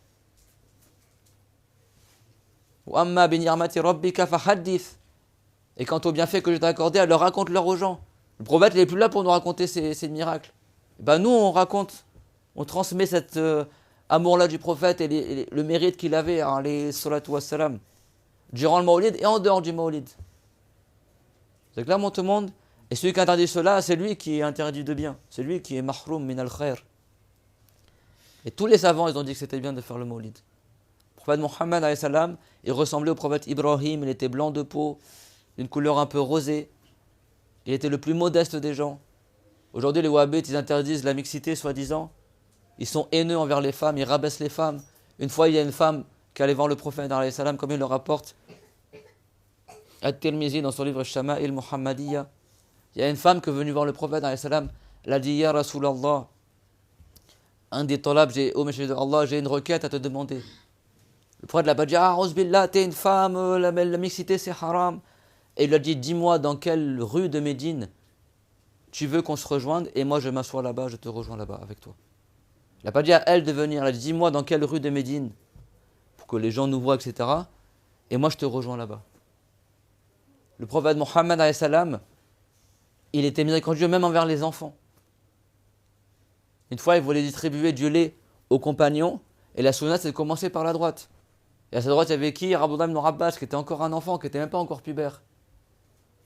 Et il y avait Abu Bakr al-Siddiq, qui était pas à sa droite, d'autres compagnons. Et le prophète, il a regardé Abdullah ibn Abbas, il a dit, est-ce que tu acceptes que je serve en premier les adultes? Parce que la sunna, c'est de commencer par la droite. Mais c'est aussi d'honorer les aînés. Et Abdullah, il a dit, moi, je ne vais pas laisser manquer le bien d'avoir quelque chose du prophète, salatu wassalam. Je ne vais pas laisser ma place, le mérite que j'ai de pouvoir... donc le prophète l'a servi en premier. Salatu wassalam. Le prophète, même envers les animaux, il avait de la compassion. Une fois, il y a un compagnon du prophète, il a dit, des fois j'ai envie d'égorger la brebis, et après j'ai pitié pour elle, du coup je ne l'égorge pas. Et le prophète, qu'est-ce qu'il a dit, salatu wassalam? Il a dit, washata idha rahimtaha rahimakallah. Elle a dit, même la brebis, si tu lui fais miséricorde, Dieu te fera miséricorde. Pourtant, c'est permis de tuer la brebis pour la manger. Et ça, comme il le rapporte At-Tabarani dans son livre Makarim al-Akhlaq. Le prophète enseignait le bon comportement vers le voisin. Et il a dit, wa mazala Jibril yusini bil jar hatta inni dhanantu annahu sayuwarrithu. Et Jibril ne cessait de me recommander la bienfaisance vers le voisin, d'être bienfaisant vers le voisin, au point que j'ai cru qu'à la fin, il allait me dire que le voisin est parmi les héritiers. Les wahhabites veulent critiquer tout le monde. Est-ce qu'ils se comportent bien envers les voisins? Moi, il y a des gens... Après, nous, voilà, on se base pas sur... on ne juge pas quelqu'un wahhabite parce qu'il a une grosse barbe, tout ça. Mais il y a des gens, une fois, ils avaient acheté un restaurant en bas de chez moi. Ils ressemblaient vraiment à des wahhabites. Inch'Allah que ce n'était pas des wahhabites. Ils avaient un comportement exécrable. Comme c'était des restaurants d'en bas, ils ont carrément coupé l'eau de chez moi. Alors que couper l'eau comme ça sans te dire. Je sais pas ce que lui, il voyait que ça goûtait, il coupe l'eau, machin. Ils ont fait... Tout le monde se plaignait d'eux. Tout l'immeuble était plein d'eux. À la fin, j'ai fait des doigts, j'ai dit, oh Allah, si ces gens-là c'est des wahhabites, fais qu'ils quittent le quartier. Tellement ils se comportaient mal. Une fois, je l'ai vu, il se disputait avec le voisin. Mon voisin en bas, c'était un maghrébin. Le mec, il dit, ouais, je vais te tanker, comme ça, le mec, là, le gars du restaurant, là. Il dit, ouais, j'ai 40 ans, on n'a pas quitté la cité pour ça, mais si tu veux, moi, je retourne dans mon comportement de cité. Maintenant, on est dans la religion, mais si tu veux, on revient des racailles. Tu vois, le mec, tu vois, les crânes rasés, la barbe jusque-là, etc., soi-disant, sont dans le dîn, etc. Et alhamdoulilah, Dieu l'a exaucé mon invocation, et après, il a vendu le restaurant et il est parti. Du deuxième étage ou de l'étage de mon immeuble, après j'ai déménagé plusieurs fois, mais de l'étage d'en haut, tu ressentais les mauvaises ondes, rien que d'en bas, tu le sentais d'en haut déjà. Tout le monde se plaignait d'eux, tellement ils étaient mauvais, tellement ils avaient un mauvais comportement. Insultants, après moi je suis descendu pour les calmer et tout, je dis calme-toi mon frère, je pense le bien, tu vois, calme-toi mon frère, etc. Ils ont le regard noir comme ça, et après il a ramené ses potes, etc. Tu vois, ils avaient tous le même regard noir, tu vois. Après, tu vois, avec ma main, je touche son épaule pour le calmer. Rien que je touche son épaule, ma main, elle a frissonné de mauvaises ondes, là. J'ai dit, bon, on pense le bien, Inch'Allah, c'est pas des wahhabites, tout ça. Ils me calculaient même pas. Continue à insulter, ouais, moi je vais nanana. Je vais te sodomiser, soi-disant, rose billah, comme ça. Le mot tanku, machin, je vais pas dire à des enfants, je vais pas dire le mot comme ça. Avec une barbe comme ça. Soi-disant, ils sont dans la religion, un imam, il va dire ça, soi-disant, quelqu'un. Un musulman, je parle, hein. Après, je parlais avec mon voisin, je dis, bah t'as vu, ça c'est des extrémistes, tout ça, etc. Eux, ils sont où du comportement du prophète? Que le prophète, envers les non-musulmans, se comportait en bien. Salatu wassalam. Ces gens-là, ils prétendent défendre bec et ongle la sunna, ils ressemblent en rien au prophète Mohammed. Je crois comment ils sont laids, comment ils sont haineux, je crois que le prophète se comportait comme ça. Et ces gens-là, tu vois, ils apprennent rien de la religion, et leur seul objectif, c'est quoi? Ils ouvrent des pages sur YouTube ou sur TikTok, tout ça. Leur page, c'est quoi? C'est pas ils vont apprendre le fiqh, à faire la prière, la Coran, tout ça. Leur page, c'est quoi juste? Ça, c'est une secte, ça, c'est une secte, tel groupe, ça, c'est une secte, lui, c'est un égaré, lui, il faut pas l'écouter, lui, machin. C'est ça. Ils font des pages, c'est que ça. La secte des mourides, la secte des soufis, la secte des machins. Ils n'enseignent rien de la religion. Tout leur truc, c'est que critiquer tout le monde. Eux, c'est des égarés, eux, c'est des égarés. Lui, c'est un ignorant. Et même eux, moi, il y en a plein qui me parlent. Écoutez, parce que quand tu fais des lives ou ça les énerve. C'est pas à te dire, tu sais, mon frère, peut-être je pense que tu as mal compris l'aya. C'est pas des gens qui cherchent le bien. C'est, t'es un menteur. t'es un gros ignorant, tu dis n'importe quoi. Toi, il y en a, il m'a dit crois, il dit Wallah, t'es un égaré, je jure par Allah, t'es un égaré. Mais qu'est-ce que j'en ai à faire que tu jures par Allah? Mais jure autant que tu veux. Nous, ce qu'on enseigne, c'est enseigné depuis 800 ans. Tout le monde le. T'es un égaré, t'es un égaré. 800 ans que tous les pays musulmans ils font le maulid, et toi, pour toi, c'est un égarement. Toi, t'es plus savant que les savants qui étaient après l'époque du salaf. T'es plus savant que Salahuddin al-Ayyubi, qui a marié sa sœur avec le roi d'Al-Muzaffar qui a inventé le maulid. Que As-Suyuti qui a fait l'éloge du maulid et qui a écrit des livres de hadith pour défendre le maulid. Et tous les savants de la communauté, Zaytouna, Al-Qarawiyin, tous ces universités-là, Al-Azhar, ils n'ont jamais interdit le maulid, mais toi aujourd'hui tu as compris que le maulid est haram, tu as plus de compréhension que les savants du passé. C'est pour ça que moi, des fois, je me demande où est-ce qu'ils sont les cerveaux de ces gens-là, quoi. Et les jeunes qui les suivent aveuglément, ah, mais c'est des Saoudiens. Et puis dans tous les discours de Jumura, le prophète, il a dit, hein, dans la mosquée, ils disent, hein, toutes les bidras sont dans là. Bah, toi, regarde, eux-mêmes, ils vivent pas comme les compagnons vivaient. Bah, dans ce cas-là, va en chameau, au Hajj en chameau, etc. Arrêtez vos visas, arrêtez vos trucs. Enfin, il y a plein de bidras, on va pas en rentrer à chaque fois dans les mêmes rengaines, etc. Ces gens-là, moi je vous le dis, on termine le cours sur ça. Ces gens-là, ils sont juste payés par les non-musulmans. Et après, tu as des gens ignorants qui le suivent bêtement et qui propagent leur message sans le savoir. Ces gens-là, ils sont juste là pour semer la fitna chez les musulmans. Pour détourner, pour faire diversion avec les gens, pour pas qu'ils fassent le maulid, pour pas qu'ils glorifient le prophète. Comme ça, ils affaiblissent la communauté musulmane. Comme ça, ils sont plein de trucs comme ça, de trucs astuces, hein, les non-musulmans. Pour faire en sorte que les musulmans n'aiment plus le prophète. Pour faire perdre confiance les musulmans en leurs savants. Pour faire perdre confiance les musulmans au Coran et au Hadith. Ils sont plein de trucs et astuces comme ça pour casser l'islam petit à petit. Et parmi leurs astuces, c'est d'interdire le maulid. Comprenez ce que je veux dire? Ne perdez pas votre temps avec ces gens-là. Ne perdez pas votre temps avec ces gens-là. Ces gens-là, c'est même pas des musulmans. Et après, malheureusement, tu as des musulmans ignorants qui les suivent sans le savoir. C'est même pas des musulmans. C'est des gens, des trucs et astuces pour comment affaiblir les musulmans. Parce que le shaitan, il déteste le maulid. Les non-musulmans qui combattent l'islam détestent le maulid parce que c'est une occasion dans l'année où ça renforce l'islam. C'est parmi les moments dans l'année où il y a le plus de baraka qui descend. Parce que les gens ils glorifient le prophète Mohammed. As-Suyuti, il a dit quoi? Il a dit, si quelqu'un il fait le maulid dans sa maison, il y a énormément de baraka qui descend et au jour dernier, il aura un mérite particulier que d'autres n'auront pas. En raison du fait qu'il a fait preuve de glorification envers du prophète. Alayhi salam. Ça, c'est le Hafiz As-Suyuti qui l'a dit. Et An-Nawawi et d'autres savants, ils ont dit ça. Tous les savants qui sont venus après, ils ont su que le maulid, c'est une bonne tradition. C'est clair, c'est pour ça que la semaine prochaine, on racontera comment le prophète est né, alayhi salatu wa salam. Et on ne parlera pas de réplique, on racontera le maulid. Prophète arabe, fils de Abdullah, le meilleur des hommes, qui avait des grands yeux noirs, des cheveux longs ondulés qui arrivaient jusqu'aux épaules, que les savants, les compagnons disaient, si tu voyais le prophète, tu disais le soleil se lève. Shamsu talira. Abu Huraira disait Ka'anna shamsa tajri fi wajhihi, c'est comme si le soleil parcourait son visage. L'imam Ali disait Man ra'ahu habahu. Celui qui voyait le prophète, il ressentait la crainte, la prestance du prophète, alayhi salatu wa salam. Il y a un compagnon, il a dit j'étais une nuit de Ithiyan, une nuit de pleine lune, et j'étais derrière le prophète sur la monture. J'ai regardé le cou du prophète, c'est comme si le prophète était une poupée entièrement faite d'argent. Il y a plein de hadiths qui disent que le prophète était blanc. Et il a dit, j'ai regardé la pleine lune, qui était magnifique, et le prophète, et certes pour moi le prophète était plus beau que la pleine lune. Alayhi salatu wa salam. Le prophète, quand il parlait, les compagnons disaient, c'est comme si de la lumière, elle sortait d'entre ses dents de devant. Alayhi salatu wa salam. Il avait la plus belle des voix, le plus beau des visages. Il a dit wa nabiyyukum wa ana ahsanuhum sawtan wajhan wa sawtan. Il a dit ma barafallahu nabiyyan illa hasan al-wajhi hasan as-sawt. Il a dit Dieu n'a pas envoyé un prophète sans qu'il ait une belle voix et un beau visage, que Dieu nous accorde de voir son visage dans le rêve, amin, et au jour dernier et avant la mort. Le prophète il a dit man ra'ani fil manam sayarani fil yaqadha. Celui qui me voit en rêve, il me verra avant de mourir, en état d'éveil. Et il a dit celui qui me voit en rêve, il m'a vu réellement. Parce que le shaitan n'est pas capable de prendre l'apparence du prophète. Alayhi salatu wa salam. Ça, c'est un grand mérite. Et beaucoup d'entre nous ont eu le prophète en rêve. Alhamdulillah. Moi, le prophète, je l'ai vu 9 fois en rêve. Alhamdulillah. Alayhi salatu wa salam. Et je peux te dire que c'est pas en ayant la croix des égarés que tu vois le prophète en rêve. Les wahhabites, eux, ils sont privés de ce bienfait-là. Ils n'ont même pas de rahma. Ils ont toujours la haine, même envers leurs femmes, ils n'ont pas de rahma. Même envers leurs enfants, ils n'ont pas de rahma. Et le prophète, il a dit quoi?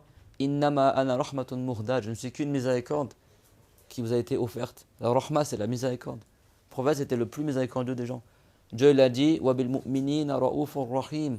Il est envers les croyants ra'uf et rahim. Il n'y a aucun prophète pour qui Dieu a rassemblé deux de ses noms, bien sûr dans un autre sens que pour la créature. C'est le seul prophète qui a été nommé Ra'ouf Rahim. Et pourtant, Ra'ouf, c'est aussi un nom de Allah, mais dans un autre sens que pour le prophète. Et Rahim, c'est un nom de Allah dans un autre sens que le prophète Muhammad. Mais il y a des noms de Dieu qu'on peut employer pour la créature, comme Kabir, comme Mu'min. D'accord? Mu'min pour Dieu, ça ne veut pas dire qu'il est croyant, ça veut dire celui qui prouve la véracité de ses prophètes et de ses gens véridiques, et des vertus, etc. Qui les préserve de l'enfer. C'est clairement tout le monde, il y a plusieurs sens pour Mu'min aussi. Le prophète Mohammed, il a vécu que 63 ans, il a appelé les gens à l'islam 23 ans, et malgré ça, il a la plus nombreuse des communautés au jour dernier. Plus que Nuh, qui lui a pourtant vécu plus de 1000 ans. Et le prophète Mohammed, sa communauté sera la première entrée au paradis, la première à entrer au paradis, et ce sera la meilleure des communautés au jour dernier. Et parmi les signes de cette communauté-là, c'est qu'elle ordonne le bien et qu'elle interdit le mal. Qu'elle ordonne le bien et qu'elle interdit le mal. Et donc on termine par cette ayah, et c'est pour ça qu'on parle du Mawlid et aussi des répliques contre ceux qui interdisent le Mawlid, parce que Dieu il a dit Subhana, kuntum khayra ummatin ukhrijat linnas, ta'muruna bil ma'rufi wa tanhauna 'anil munkar wa tu'minuna billah. Vous êtes la meilleure des communautés qui est apparue parmi les gens, vous croyez en Dieu, vous en avez le bien, interdisez le mal, et vous avez foi en Allah Azza wa Jal. Donc nous, jusqu'à notre mort, on ne se taira pas sur les Wahhabites, parce que les Wahhabites, ce sont des gens du livre déguisés en musulmans. Les Wahhabites, ceux que tu dis salafis, ceux qui se disent afarites et tous leurs noms là, c'est toujours la même chose. C'est des gens qui ont comme référence Mohammed ibn Abdel Wahhab et comme référence Ibn Taymiyyah. Et ces gens-là, ils travaillent avec les gens du livre. Et leur seul objectif, à travers les réseaux sociaux, à travers leurs livres qu'ils distribuent gratuitement dans les mosquées en France et en région parisienne en particulier, c'est de détruire l'islam de l'intérieur au nom de l'islam, parce qu'ils ne sont pas capables de détruire l'islam au nom de autre que l'islam. Ils ne sont pas capables de prouver que l'islam c'est faux. Donc ils inventent des faux imams à Tel Aviv et d'autres. Dans les pays chez les juifs, il y a des universités qui forment des faux imams. Ils apprennent la langue arabe, ils apprennent le Coran, ils apprennent la croyance des musulmans, les différents groupes, tout ça. Et ils apprennent aussi les textes juifs et ils comparent les textes musulmans avec les textes juifs. Ils ont comme ça des doctorats dans ces sciences-là, etc. Je peux même vous m'envoyer en vidéo. Et ils forment des gens en langue arabe, en religion, etc. Et après, ils envoient des faux imams dans les pays musulmans pour enseigner, soi-disant au nom de l'islam, la croyance des juifs. Donc nous, on n'appelle pas la haine et tout ça, mais sachez que ça existe. Et ça existait aussi à l'époque du prophète, alayhi salam. Des gens du livre, des mouchikines qui se déguisaient en musulmans et qui intégraient les musulmans, qui enseignaient des choses fausses. Donc ça les regarde, c'est leur problème. S'il y a des gens, ils veulent apprendre l'islam avec les juifs, qu'ils aillent voir, soi-disant, qu'est-ce qu'ils enseignent. Mais nous, ce n'est pas notre cas. Nous, on est musulmans, on n'en veut pas cette croyance-là, c'est tout. On garde le bon comportement envers les juifs, on garde le bon comportement envers les chrétiens, on aime pour eux le bien, tout comme on aime le bien pour nous. On souhaite pour eux qu'ils aillent au paradis et qu'ils soient bien guidés, qu'ils entrent au paradis, tout comme on veut pour nous qu'ils soient au paradis. Mais eux, ils ont leur religion, et nous, on a notre religion. Si quelqu'un il va apprendre le judaïsme, c'est son problème. Mais ce n'est pas la religion de l'islam. Et sachez qu'il y a des gens aujourd'hui qui enseignent ces croyances-là, mais au nom de l'islam. Eh bien, n'apprenez pas la religion de ces gens-là. Si tu veux apprendre la religion de l'islam, apprends-le des musulmans. Tout comme aujourd'hui, tu as les chrétiens ou autres, qui à la Sorbonne à Paris, où ils vont t'enseigner l'arabe, et tu vas étudier Al-Bukhari Muslim avec des non-musulmans. Et et voilà, si tu fais un master, un doctorat à la Sorbonne à Paris, eh ben, tu auras des non-musulmans qui vont t'enseigner en arabe, à traduire Al-Bukhari, Muslim, ils vont t'enseigner des choses de l'islam, tout ça, mais ce n'est pas des musulmans. Si quelqu'un il va apprendre ce point de vue-là des non-musulmans à la Sorbonne, si lui il préfère apprendre la religion avec des non-musulmans, c'est son problème. Vous voyez ce que je veux dire ou pas? Mais il faut être intelligent. Sachez que ça existe. C'est bon? Ça existe. Moi, j'ai fait licence d'arabe à Aix-en-Provence à l'université. Quand j'étais plus jeune, j'ai commencé une licence là-bas. Après, j'ai arrêté. Je fais 6 mois là-bas. Quand j'ai vu que c'est n'importe quoi, j'ai arrêté. Un prof blond aux yeux bleus, qui n'est même pas musulman, qui a terminé ses études au Maroc, dans le cours d'histoire du monde musulman qui durait 4 heures, on avait 2 heures, une pause 2 heures, ils nous enseignaient la croyance des wahhabites. Et que chez les musulmans, Dieu est assis sur le trône, comme les textes apparents du Coran. Mais après, tu as soi-disant une secte chez les musulmans qui disent que Dieu il n'est pas sur le trône parce que Dieu a tout créé, donc il n'est pas un corps, il n'est pas soumis au temps, etc. Ils faisaient pas ça pour une secte. Là, je te parle d'un Français non musulman qui enseignait ça à l'université, pas d'arabe, hein, pas de religieuse, d'arabe. Il enseignait la croyance des wahhabites. Et tu avais plein de femmes voilées dans la classe, personne ne disait rien. Alors qu'Abu Mansour al-Baghdadi al-Tamimi, il a rapporté l'unanimité. Ça, tu trouves dans Wikipédia, sur Internet, c'est facile à trouver. Tu tapes le livre Al-Farq ben al-Firaq. وَأَجْمَعُوا عَلَى أَنَّهُ لَا يَحْوِيهِ مَكَانٌ وَلَا يَجْرِي عَلَيْهِ زَمَانٌ. Il a dit tous les... Et on termine cette parole-là. Écoutez bien ce qu'il a dit. Le consensus de tous les savants. On a dit que c'est une preuve dans la religion. Tous les savants sont unanimes que Dieu n'est pas compris dans un endroit et qu'il n'est pas soumis au temps, contrairement à ce que disent Al-Mujassima. Et ça, c'est la parole de Farq ben al-Firaq de Abu Mansour al-Baghdadi. Et il a dit, contrairement aux corporalistes, à ceux qui croient que Dieu est un corps, contrairement à ce qu'ils disent, et après il dit que l'imam Ali a d'ailleurs dit que Dieu a créé le trône pour montrer sa puissance, et je ne l'ai pas pris en droit pour lui-même, c'est dans la même parole, même paragraphe. Dans le Farq ben al-Firaq, tu cherches Farq ben al-Firaq sur Internet, cherche maintenant, là, ouvre ton ordinateur, tape en arabe Al-Farq ben al-Firaq, Abu Mansour al-Baghdadi, et tu tapes en arabe wa ajma'u ala annahu la yahwi makan, je dis parce que j'ai fait ce matin.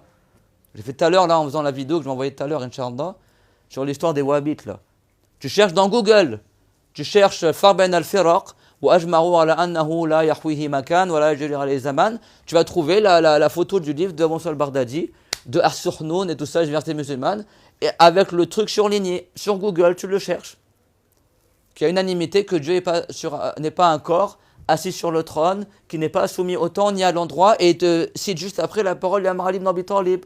Inna Allah khalaqa al-arsha idharan li qudratihi wa lam yattakhidhu makanan li dhatihi. Certes, Dieu a créé le trône pour montrer sa toute puissance, et je ne l'ai pas pris comme endroit pour lui-même. Ceux qui croient que Dieu est assis sur le trône, c'est la croyance des juifs et des chrétiens. Donc les atharites, soi-disant, les soi-disant salafistes, les wahhabites, tout ce que tu veux là, les Daesh, tout ça, tous ils te disent que Dieu est assis sur le trône. Et bien ça, c'est la croyance des juifs et des chrétiens. Donc posez-vous la question, qui c'est qui envoie ces gens-là? Et c'est qui réellement ces gens-là? Parce que même s'ils se disent musulmans, mais quand tu vois que c'est des gens qui enseignent la croyance des juifs et des chrétiens, pose-toi des questions, est-ce que c'est vraiment l'islam qu'ils enseignent? Est-ce que c'est vraiment l'islam qu'ils enseignent? Et quand tu vois que ces gens-là, ils interdisent de faire l'éloge du prophète, il faut vraiment se poser des questions sérieuses. Est-ce que c'est vraiment des musulmans? Eh bien non, ce n'est pas des musulmans. Parce que le musulman, il aime le prophète Mohammed, et le musulman, il glorifie le prophète Mohammed, et le musulman, il se languit devant le prophète Mohammed, et du mois de Rabi'in al-Awwal, pour célébrer la naissance du prophète, donc jusqu'à notre mort, on fera cela. Et jusqu'à notre mort, on aime le prophète Mohammed. Et jusqu'à notre mort, on glorifiera le prophète Mohammed durant Rabi'in al-Awwal et en dehors de Rabi'in al-Awwal. C'est pour ça que vendredi prochain, Inch'Allah ta'ala, tout le cours, je vous le promets, Lillahi ta'ala, Inch'Allah, qu'on ne parlera d'aucune réplique, on ne parlera pas des wahhabites, on parlera que de la naissance du prophète, de ce que les savants ils ont rapporté. Comme ça, on ne laisse pas le shaitan nous empêcher de fêter la naissance du prophète avec ces égarés-là qui nous perturbent et qui font juste le tashwish, la perturbation des musulmans sur Internet pour nous empêcher de parler du prophète. Sallallahu ala Muhammad wa ala jami'in nabiyyin. Allahu ya Allah ya Allah ya Allah.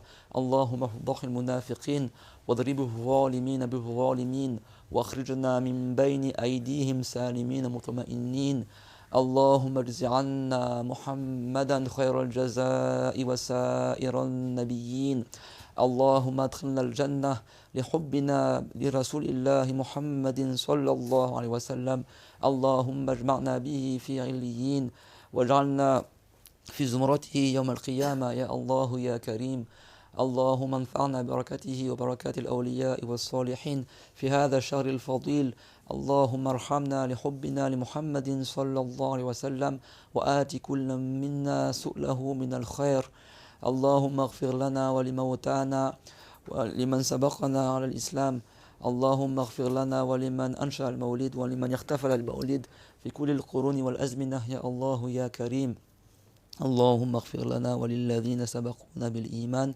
وآتي كل منا سؤله من الخير وتوفنا وأنت راض عنا يا الله اللهم ارزقنا رؤية حبيبنا محمد صلى الله عليه وسلم في المنام وأنبت أولادنا نباتا حسنا واغفر لأمواتنا المسلمين بسر الفاتحة.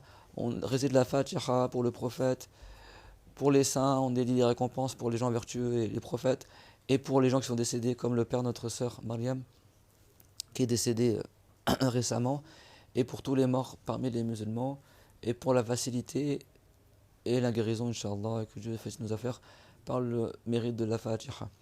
أعوذ بالله من الشيطان الرجيم بسم الله الرحمن الرحيم الحمد لله رب العالمين الرحمن الرحيم مالك يوم الدين إياك نعبد وإياك نستعين اهدنا الصراط المستقيم صراط الذين أنعمت عليهم غير المغضوب عليهم ولا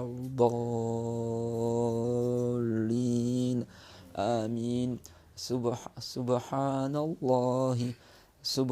الله وبحمده لا قوة إلا بالله ما شاء الله كان وما لم يشأ لم يكن أعلم أن الله على كل شيء قدير وأن الله قد أحاط بكل شيء علما بسم الله الذي لا يضر مع اسمه شيء في الأرض ولا في السماء وهو السميع العليم بسم الله الذي لا يضر مع اسمه شيء في الأرض ولا في السماء وهو السميع العليم بسم الله الذي لا يضر مع اسمه شيء في الأرض ولا في السماء وهو السميع العليم لا إله إلا الله اللهم صل على محمد وعلى جميع النبيين وآله وسلم رب اغفر لي والمؤمنين والمؤمنات بارك الله فيكم وأحسن الله إليكم. Tenez le téléphone s'il vous plaît, barakallahu fikum. Oui.